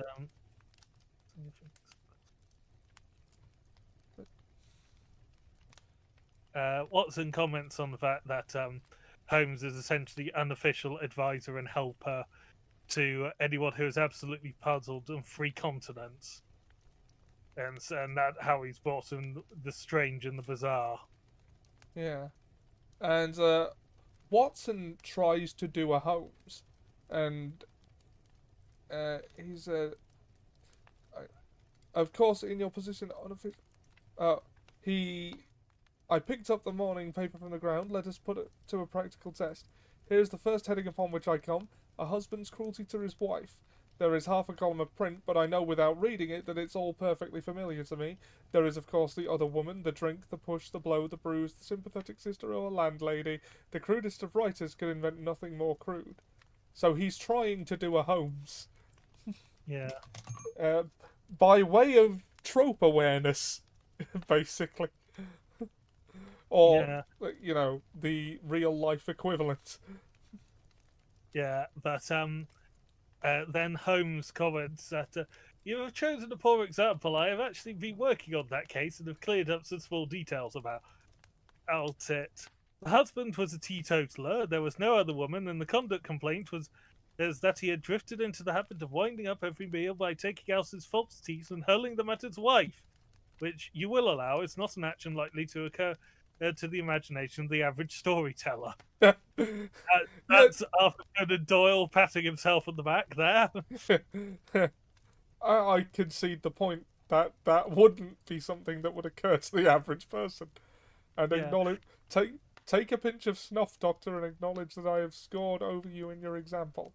He held out his snuff box of old gold with a great amethyst in the centre of the lid, which evidently was a gift from the King of Bohemia. I forgot that I had not seen you in some weeks. It was a little souvenir from the King of Bohemia in return for my assistance in the case of the Irene Adler papers. And the ring, I said, glancing at a remarkable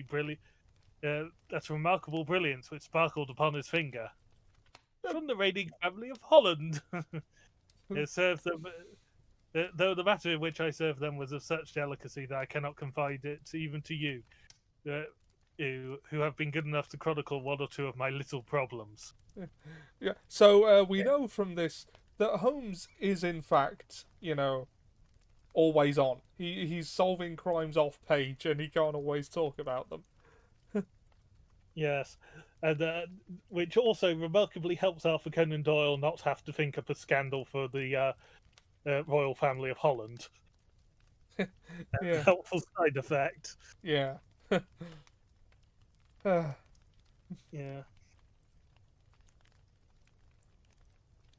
Yeah. So, and he says any other cases he's got now are important, but they're not interesting. Yeah. Yeah. Basically, this is the point to which every Sherlock adaptation will go bored, bored. Boring. Yeah, this is where in Sherlock he shoots the wall. In the Robert Downey Jr. ones, he tries to invent a silencer and shoots the wall. In the elementary ones, he either turns to cold cases that actually date back to around this time period, or vigorous sexual activity, because elementary is a more modern adaptation. Yeah. And that is explained as he views it as exercise, because it helps get the blood flowing and helps clear the brain, as it were, is how he puts it. The old post-nut clarity. Yes. Which apparently for Sherlock can last a number of days. Now, this is also a Sherlock who is in recovery for drug addiction as well, so it's not like he can fall onto the cocaine or heroin. Yeah. Yeah. Yeah, he does describe the cases as they are important, but they're not interesting. Yeah. And there is a tap at the door. Yeah. Unexpectedly, well,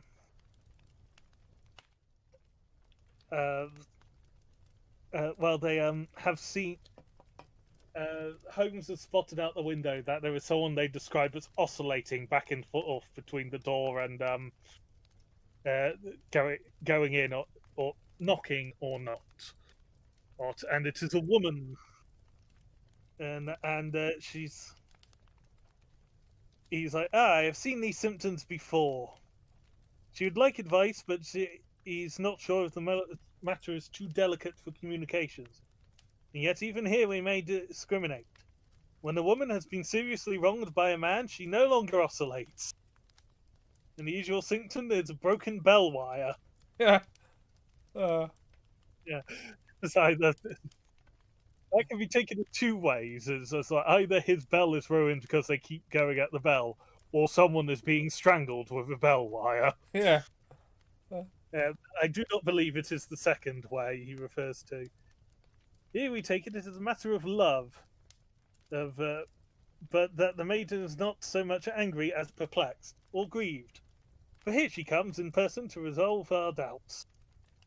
And now there's the tap at the door, and the boy in button enters to announce Miss Mary Sutherland, which I am sure we had the surname Sutherland in the last story, but I could be wrong.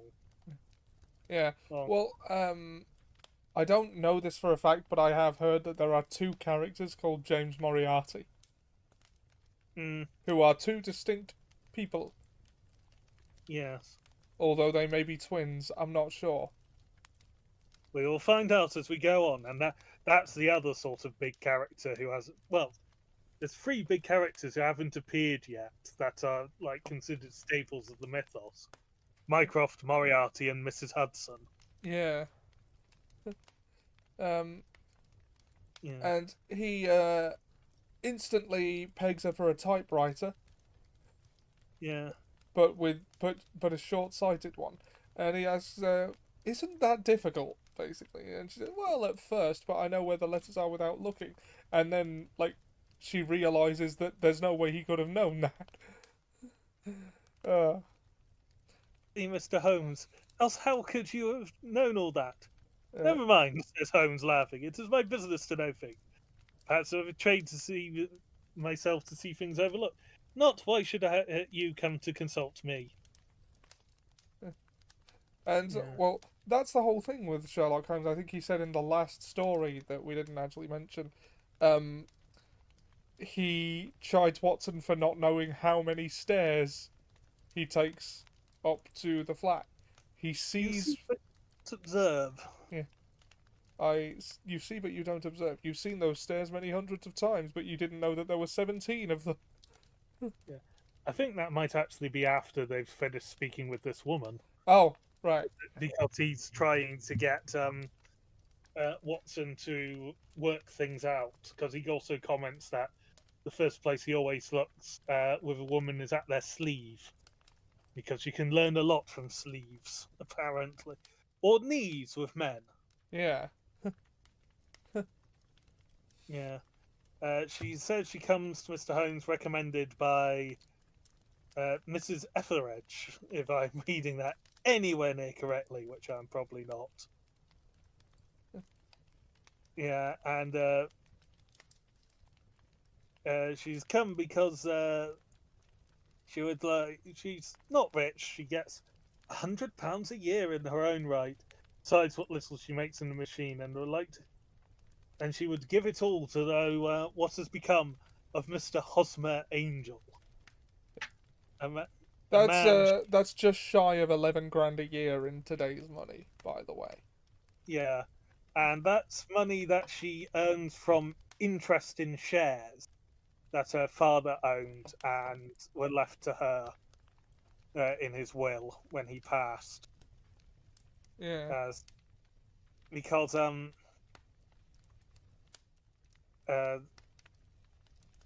they also notice that Sherlock then comments that she left in a hurry, and he gets annoyed. She gets somewhat, and then reveals that she was annoyed because Mr. Windybank, that is my father, sort of was trying to stop her, and just sort of like, no, don't go to police and stuff. Yeah, that'll be important later. Yeah, and Mr. Windybank is her stepfather, because different names, but she calls him father, which she finds amusing because he's only 5 and a bit years older than him.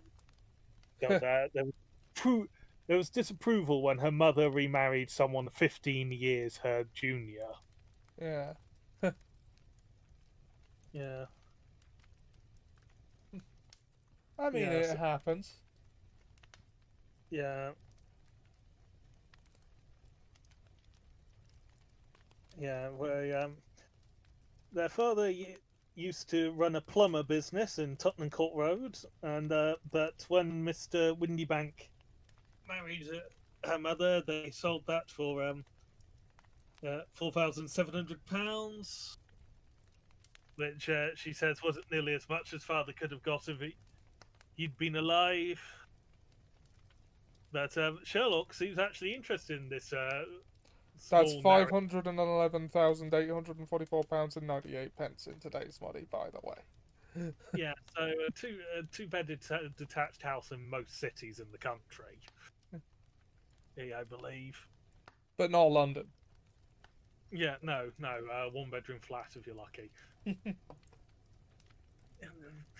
is that bad in the centre. Yeah. Yeah. Oh, it's the money was from her Uncle Ned in Auckland, even New Zealand stock. That's where she gets her money. He and Holmes almost has a semi-flirty line here. Because it's like she says she can only touch the interest, and Holmes goes, "You interest me extremely." Yeah. It And, was well, always- Watson remarks that this is normally the kind of thing he wouldn't give the time of day, and yet he's hanging on her every word. Yeah, and since she draws so large a sum as 100 a year, with what you earn into the bargain, you no doubt travel a little and indulge yourself in every way. I believe that a single lady could get on very nicely upon an income of about £60. And she said she can do much less. Uh, I could do with much less than that, Mr. Holmes, but you understand that as long as I live at home, I don't wish to be a burden to them, and so they have the use of the money just while I am staying with them, of course. This is only for the time. Mr. Windybank draws my interest every quarter and pays it over to mother, and I find that I can do pretty well with what I earn at typewriting. Brings me twopence a sheet, and I can often do 15 to 20 sheets in a day. I don't know why I felt the need to explain her financial situation in great detail, but some of it is important. Yeah. In fact, it's kind of the crux of this story. Yeah. He Holmes then says, "Oh yes, this is my friend Doc. Now you've made your situation clear. This is my friend Doctor Watson. You can talk freely in front of him. Now tell me about your connection with Mister Hosmer Angel." Oh, and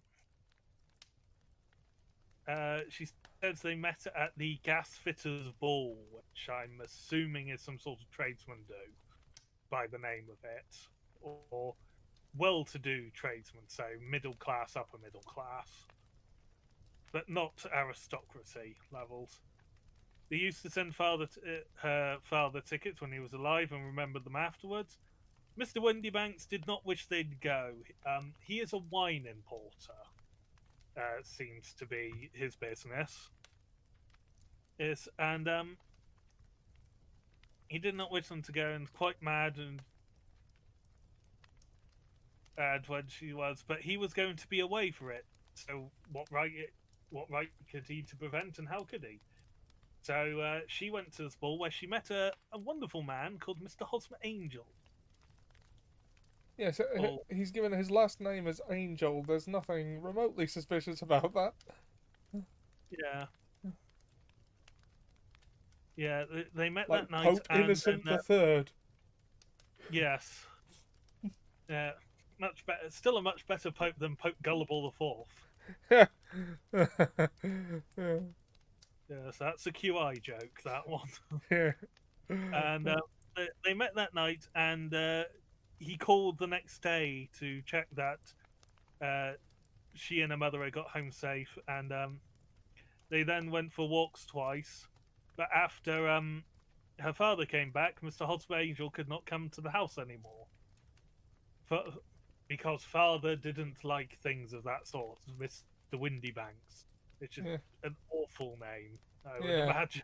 Have in this day and age, as in ours, not necessarily this. Yeah. Yeah. Yeah, but Hosmer Angel didn't come to visit until her father was going travel in France again a week later. Yeah. And they wrote every day in the meantime. And she collected the post so she could hide the letters from the father. And yes, in another show of how quick Victorian marriage was proposed, by the end of their first walk together, they were engaged. Like, literally, this is like the third time they've met and they were engaged, Mr.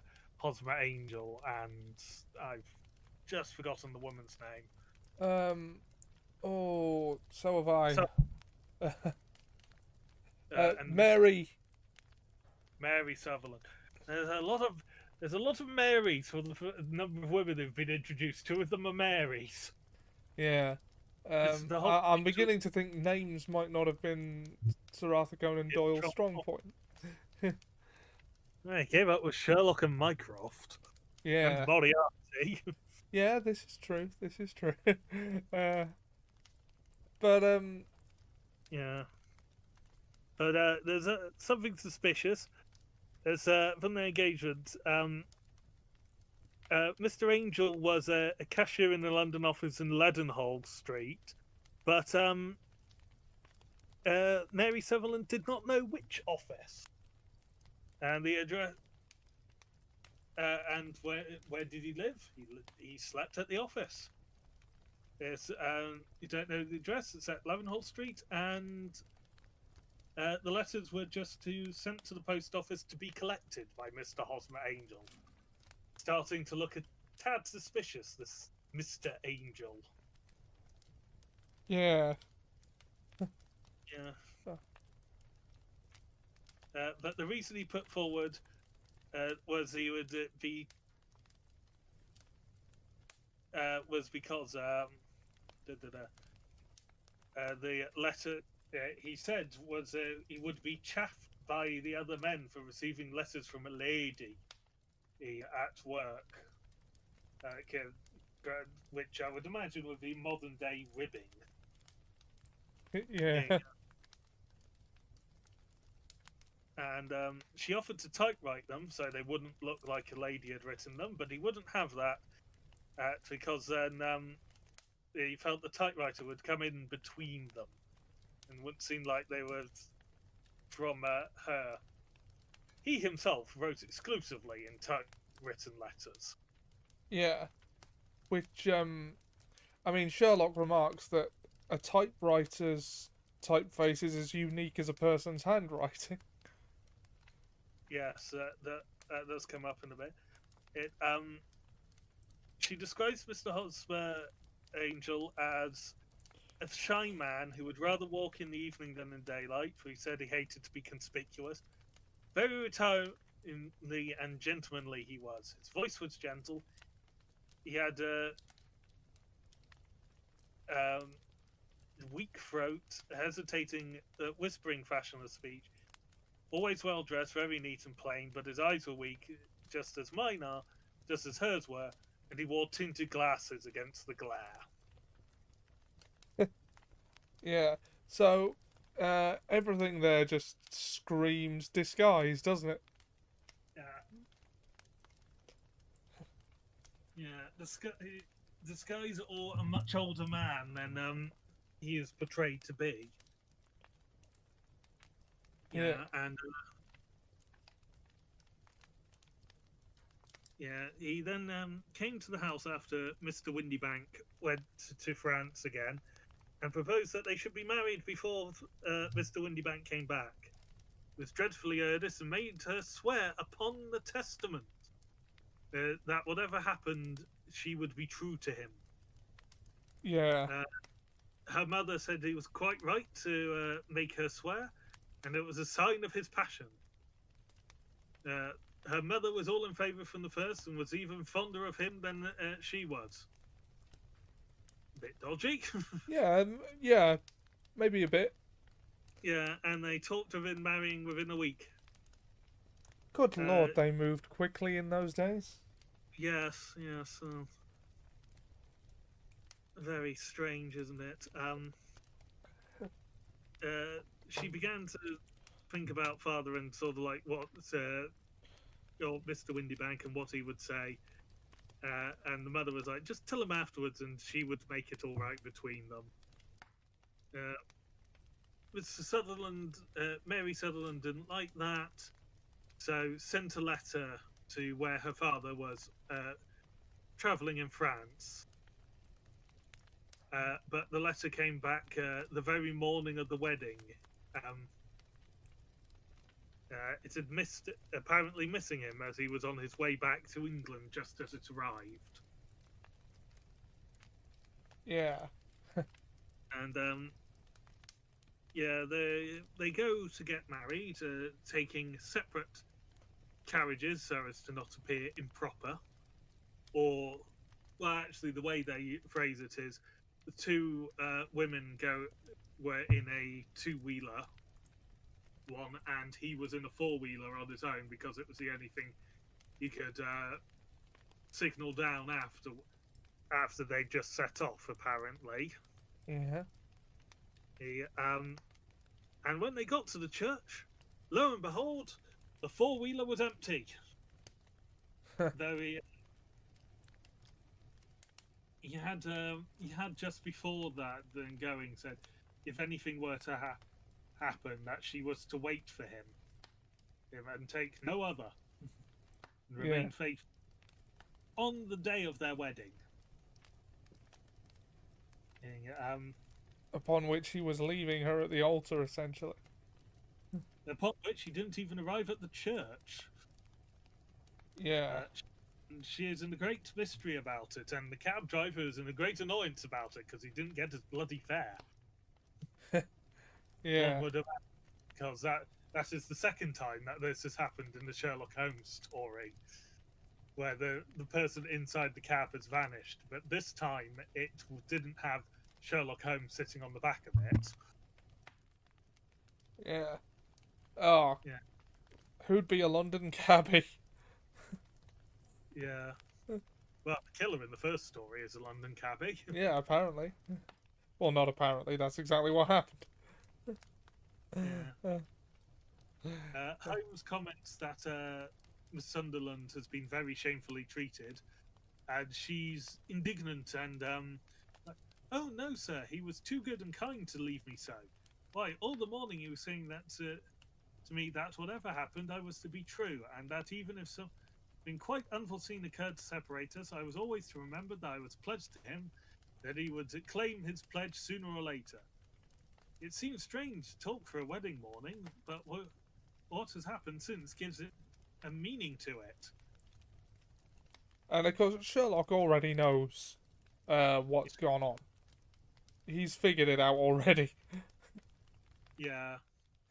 And it's like, I'll come to what I was going to say there at the end, but I did sort of recognise the beginnings of this from, like, in the BBC series there is sort of a montage of smaller cases he's solving, and I recognised this one in there, so I had already guessed at this point how it was going to end, basically from having seen a similar one before. But I think it is still pretty well delivered in this one. Yeah, and yeah. Sherlock asks how the mother reacted to this, which was angry and said never to speak of this again. And the father, she did tell Mr. Windybank about it, and he seemed to think with me that something had happened and that I should hear of Hosmer again. And as he said, what interest could anyone have in bringing me to the door of the church and then leaving me? Yeah, Borrowed money, or he had married me and got my only settled on him, then there might be some reason. But Hosmer was very independent about money and never would look at a shilling of mine. And yet, what could have happened? Why could he not write? As things would transpire, that wasn't strictly true. Yeah. So, Sherlock Yeah. promises to think on the case. And advises to banish Hosmer Angel from her mind. As he has vanished from her life. Because she won't see him again. Yeah. He inquires as to her address and as to her father's business address before sending her to go. And he advises again to move on with her life and seal it like a book. Yep. This episode. And she says, "You're very kind, Mr. Home, but I shan't do it. I shall be true to Hosmer. He shall find me ready when he comes back." Watson describes her hat as preposterous at this point. Which is a wonderful adjective. Yeah, but all the preposterous hat and vacuous face. He's not kind. I would quite happily wear preposterous headwear. Yeah. I don't think you'd be happy with being described as having a vacuous face. Yeah, no, that's that's a bit uncalled for. Yeah, and she leaves Baker Street, having left a small bundle of letters that she had received with them. Yeah, which turn out to be the clincher for the case. Yeah. And he retreats to his pipe while thinking. And he comments upon Miss Sutherland as an interesting study. Yeah, I found her more interesting than her little study, little problem, which, by the way, is rather a trite one. You'll find parallel cases. Any less someday has in his files. But the maiden herself was most instructive. He appeared to read a good deal upon her, which was quite invisible to me. And this is where we get the seeing, not observing. Yeah. Yeah, whereas Watson lists a load of features about her outfit and stuff, and the colours like, "Upon my word, Watson, you are coming along wonderfully. You have done very well indeed. It is true that you have missed everything of importance, but you have hit upon the method, and you have a quick eye for colour. Never trust to general impressions, my boy, but concentrate upon details. My first glance is always to a woman's sleeve, and a man is perhaps a better fit to take to the knee of the trouser." Yeah. Yeah, and he explains that it was from the puff of her sleeves that he worked out she was a typewriteress, and other such details like that. Surely it was obvious, he says. Knowing full well that it wasn't to anyone but him. Yeah, he points out that she's wearing mismatched shoes that are only half done up as well. As the indicator for having left in a hurry.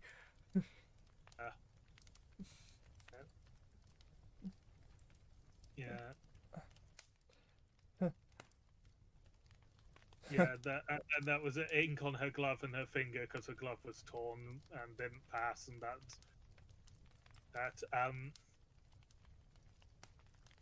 I read, and then Sherlock goes, "Oh, would you kindly read the article put in the paper about the missing Hosmer Angel, which is missing on the morning of the 14th. A gentleman named Hosmer Angel, about 5'7" in height, strongly built, sallow complexion, black complexion, not compaction, and black hair, a little bald in the centre, bushy black side whiskers and moustache, tinted glasses, slight infirmity. His speech was dressed when last seen in a black frock coat, faced with silk black waistcoat, gold Albert chain, and grey Harris tree tweed trousers, with brown gaiters over elastic side boots. Known to have been employed at an office in Leadenhall Street, anyone bringing, etc., etc. Yeah. And the letters are concluded in content to be basically useless as to get anything about Hosmer Angel other than his quotes Balzac ones. And, but the interesting fact about them is that they're completely typewritten, including the signature. Yeah. Yeah. And it's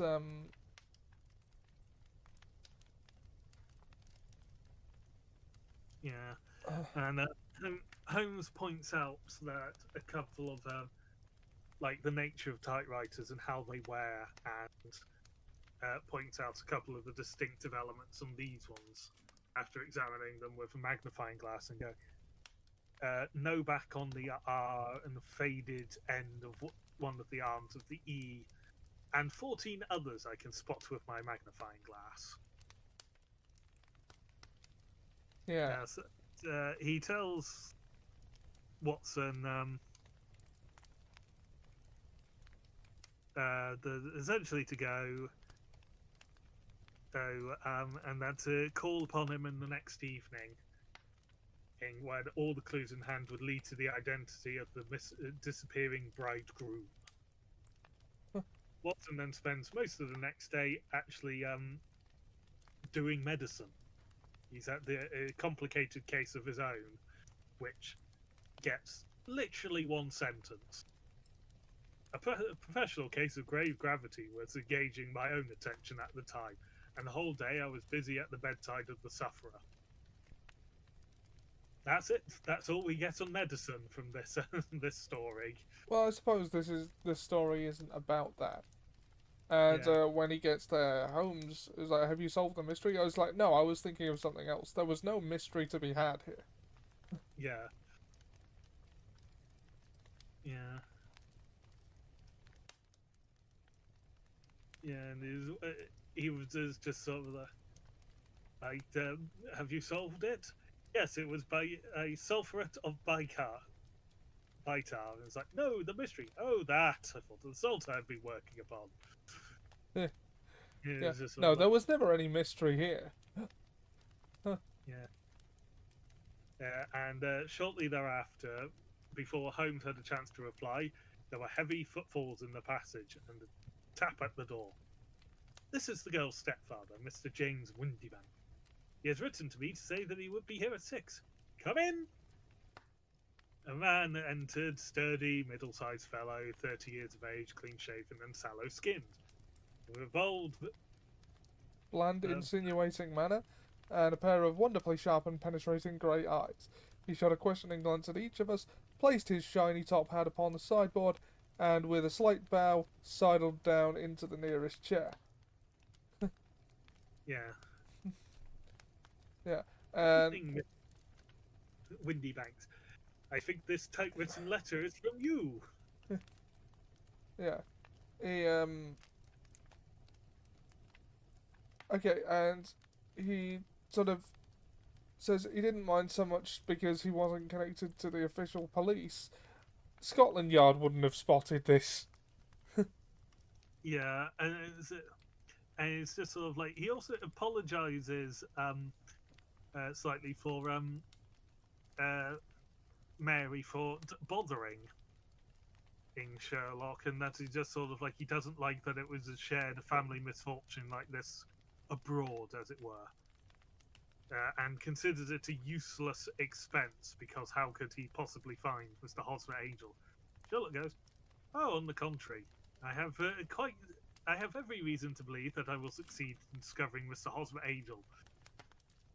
To which Mr. Windybanks basically reacts with a violent start and drops his gloves. Yeah. Pretty much just giving the game away there, sir. Yeah.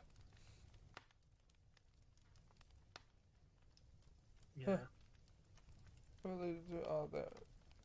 Yeah. So yeah, It's, this guy is Mr. Hosmer Angel, and he's been like playing a particularly cruel prank on his stepdaughter to get her to stay with them and to retain her income, which, while not vital, was very comfortable to have. yeah, so that an extra £100 that you don't need to Yeah. And uh, it was worth making your stepdaughter fall in love, break her heart, and then not want to date anyone else in order to do it. Piece of shit. yeah, and yeah, it started out as a joke to sort of play on her in the first time, and then Got out of hand. yeah, so he took it as far as he could, which was getting these promises out of her, and then abandoning her with the old trick of walking in one door of the carriage and leaving the other before it sets off. Yeah. Off, which is also quite possibly how the person got away from Holmes in the first one, studying Scarlet. Though it's implied he got on after it started moving, so maybe not. But Holmes is actually taken to an to quite an emotional reply by this scoundrel. Yeah. This is the first time we've seen Sherlock Holmes angry at someone. Yeah, because there is no law that has been broken, I mean, and I would think now you'd probably have got him on, well, it's fraud, but, yeah, fraud uh, and psychological abuse. yeah. So, if this were done today, like, the guy would be on the hook, but at the time there was no law. He Yeah, said, if you can catch the man, catch him and let me know when you've done it. He goes, certainly. I'll let you know then that I have caught him. yes, And it's like, don't bother. There's no getting out of it. We know it was you. yeah, and after this is sort of all being revealed, and it's just sort of like he says if Miss Sutherland had a male relative, I'd wager that he would whip you around the shoulders for this. I'm judging by the context, and would be with what we'd call a riding crop today, rather than like a bullwhip or something. Yeah. And it's just that he still doesn't quite admit it. This is the most unchivalrous in defeat a Sherlock Holmes villain has been so far. And he says, it may be so, it may not, Mr. Holmes, said he.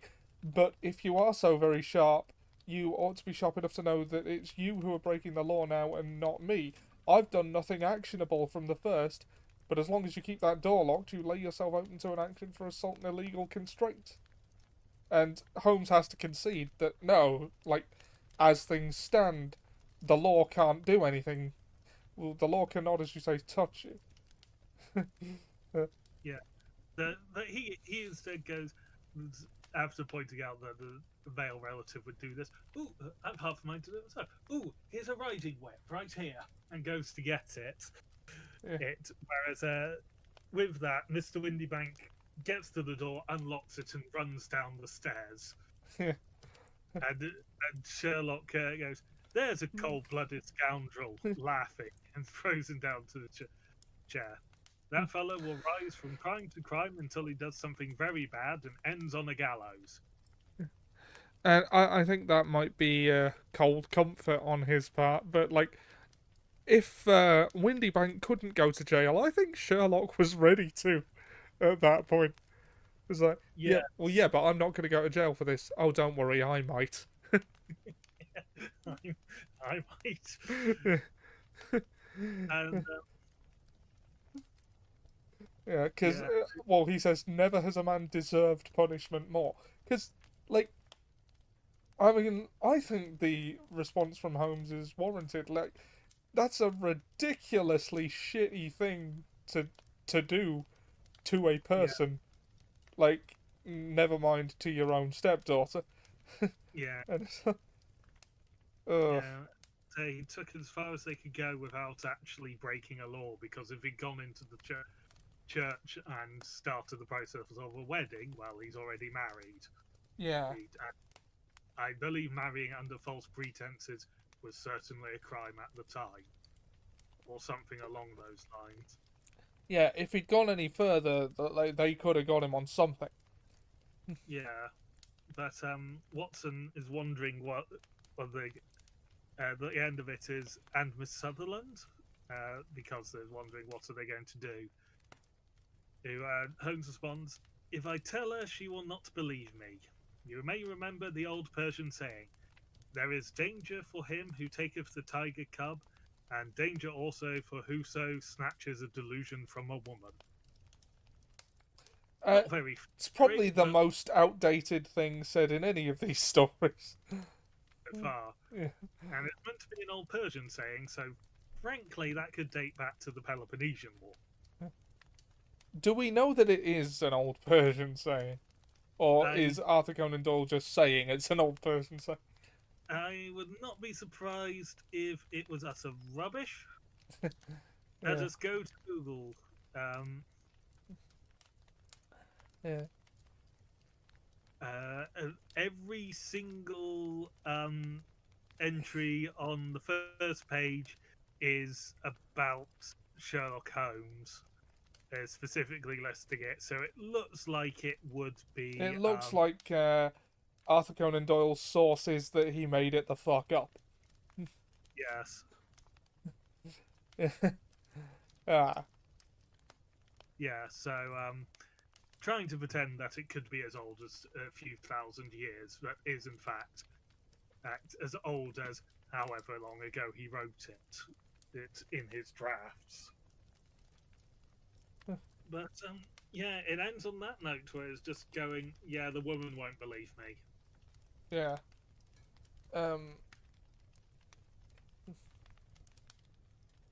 Yeah. And yeah, we guess in many ways our most reprehensible Sherlock villain. So far, yeah. And this is including multiple murderers. Yeah, yeah. Like, I mean, like, I'm in the camp of hashtag Jefferson Hope did nothing wrong. yeah. Well, okay, yeah, he murdered a few people. I won't say he did nothing wrong. I think he was justified in. I think he was as justified as one can be in his quest for vengeance. Yeah, especially as this would have been around the time in which, or the stereotype of yes, Wild West justice, you're just shot, hung, whatever, would have been about, and it would have been in his rights, is the cultural perspective. Yeah. Frankly, him just going after those two and not trying to take down Salt Lake City is a surprising level of restraint. All he needed was a few lanterns, and he could have burnt the city down. It was wood. Yeah. Yeah. Or at least the temple. But he showed great restraint in that. But yeah, Mr. Windybank seems to be a reprehensible villain, and Sherlock is sure that he's going to find the gallows. He's going to have an appointment with the gallows at some point. I mean, Sherlock has probably seen a few things from him that speak to a man that can't help himself. Yeah. So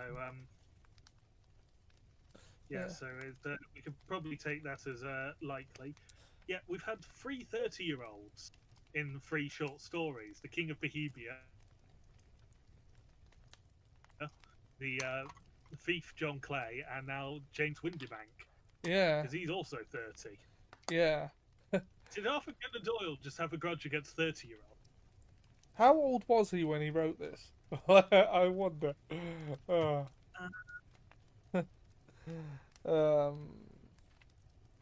Yeah, one of the things I really like about so far what Arthur Conan Doyle does is on a reread you will see the steps of the logic laid out.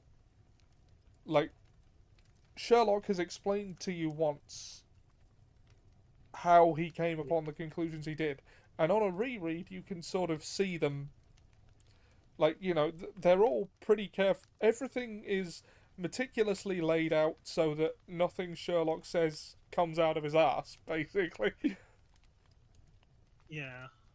And that is the difference between a well-written genius character and brain magic. And Yeah. that's the difference between this Sherlock Holmes and Stephen Moffat's Sherlock Holmes.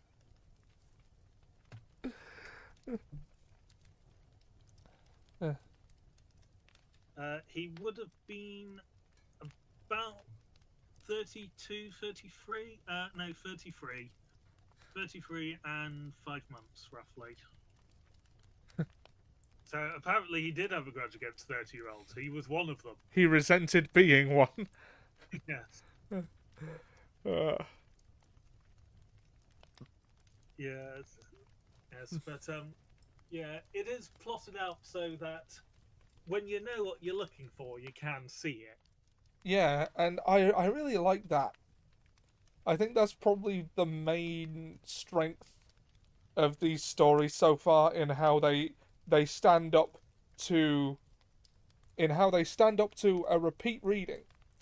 They they stand up well to a reread is what I was trying to say. Yeah. Because of how carefully written the evidence and subsequent deductions are. Yes. And, Yeah. and I can see why, certainly at the time, these certainly took off as well, because it's just sort of like many of these would have felt positively scandalous comparatively, like deep in-depth description of murder. Yeah. What was the other one I was thinking of? Well, a scandal of a jilted bride. Yeah. And I, I'm sorry, I promise I won't try and relate everything to a wrestling metaphor. But there's a saying in wrestling called "Yesterday's finishes are today's transitional moves." And basically, things become less impactful over time. So a version of that I could apply to this here is today's controversial is yesterday's scandalous. Like, you get what I'm trying to say. Yeah. Yeah, it's like things that don't seem like such a big deal now. And, the graphic depictions of murder, like, would probably raise some people's eyebrows even now. So at the time, as you say, they must have been positively shocking. Yeah. Yeah. Or at least the perception of how Victorians would have reacted to this is our idea is that it would have been positively shocking. Yeah. Because, Victorians do have a bit of a reputation of they just go anything going on just like nowadays would have them fainting in horror and shocking. It's just sort of like, particularly anything to do with sex and anything. It's just sort of like, well, yes, there was Victorian sort of puritanism and revisionism of history, a la the chipping off of the bollocks of many a statue. Yeah. Yeah. And the Victorians did a fair amount of historical revision themselves as well. They're just going, no, that didn't happen, scribble that out. Yeah, just... sorry, I went off a bit of a tangent there. No, don't worry. Tangents are good. That's what these. Yeah. Tangents are fun. Yes. But yeah, the story is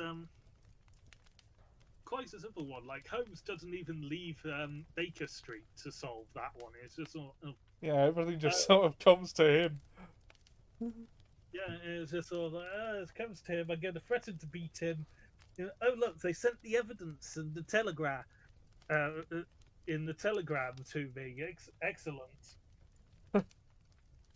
And they. It's like having the murder weapon and a written confession delivered delivered by signful post, frankly. Which, uh, who knows? It may happen in one of the things. A confession and the murder weapon might come by courier in one of the stories. Who knows? yeah. Yeah. So, those were the first three stories of the Adventures of Sherlock Holmes. Generally And speaking, I thought they were. I mean, I thought the last one was kind of weak up until the end, wherein the despicability of the antagonist sort of pushes it up a little. But yeah, and I thought the Red-Headed League was a fun one, and then A Scandal in Bohemia was that was probably my favourite one of the three. But generally speaking, what did you think of? I'd probably agree with that order. The Red-Headed League was sufficiently novel that it's just Yeah, catches on. As I say, we've quite possibly met our most despicable villain so far, and it's not one of the murderers. yeah. I mean, it's someone who didn't technically even break the law. Yeah, and that's what's so despicable about it. Yeah. Although, as we covered, if this happened today, he'd definitely be on the hook for a few things. Yeah. Well, theft, frankly, Sorry. theft as well. It could Yeah. be seen as. Yeah. Theft, fraud, psychological abuse. Yeah, yeah. So, yeah, it always feels a shame that we're not going to get Miss Adler again. But Yeah. I mean, as I said to start with, for such an iconic character to only really have appeared once. yeah. Then again, I think Moriarty only appears about 2 or 3 times, most. Really?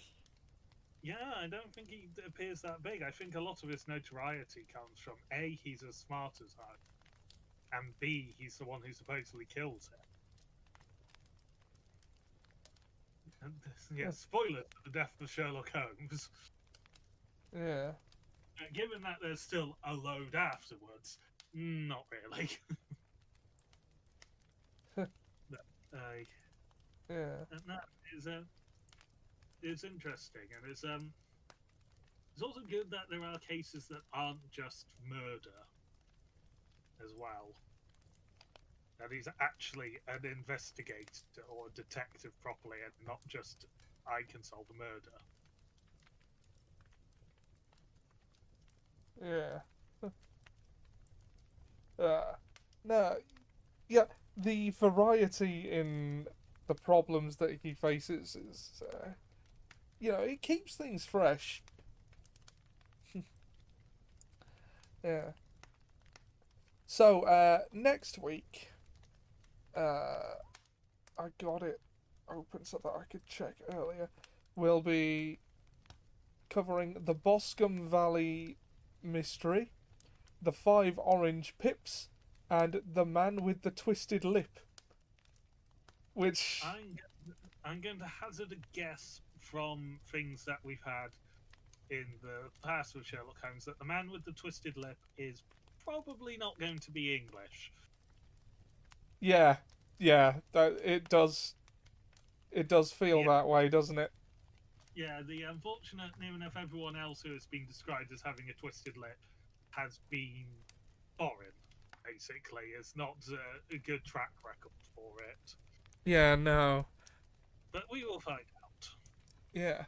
So, thanks for joining us, everyone, for listening. Thank you, Dan, for joining me for uh, this weekly excuse to force myself to read something.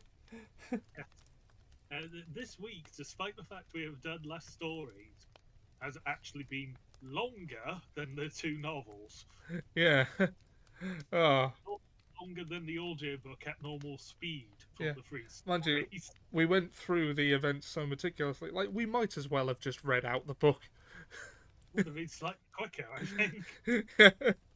uh, But we wouldn't need to have read it a few more times than we did to make sure that we didn't stumble on words. Yeah. Okay. Well, we'll cover those 3 next week.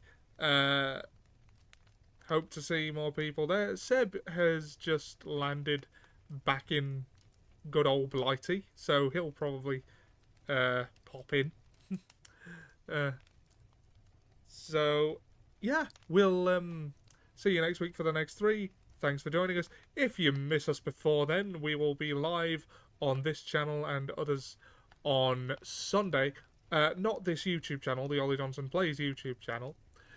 On Sunday, where we will be continuing Middle-earth Shadow of Mordor. I figured out the glitch. I've not done the mission myself.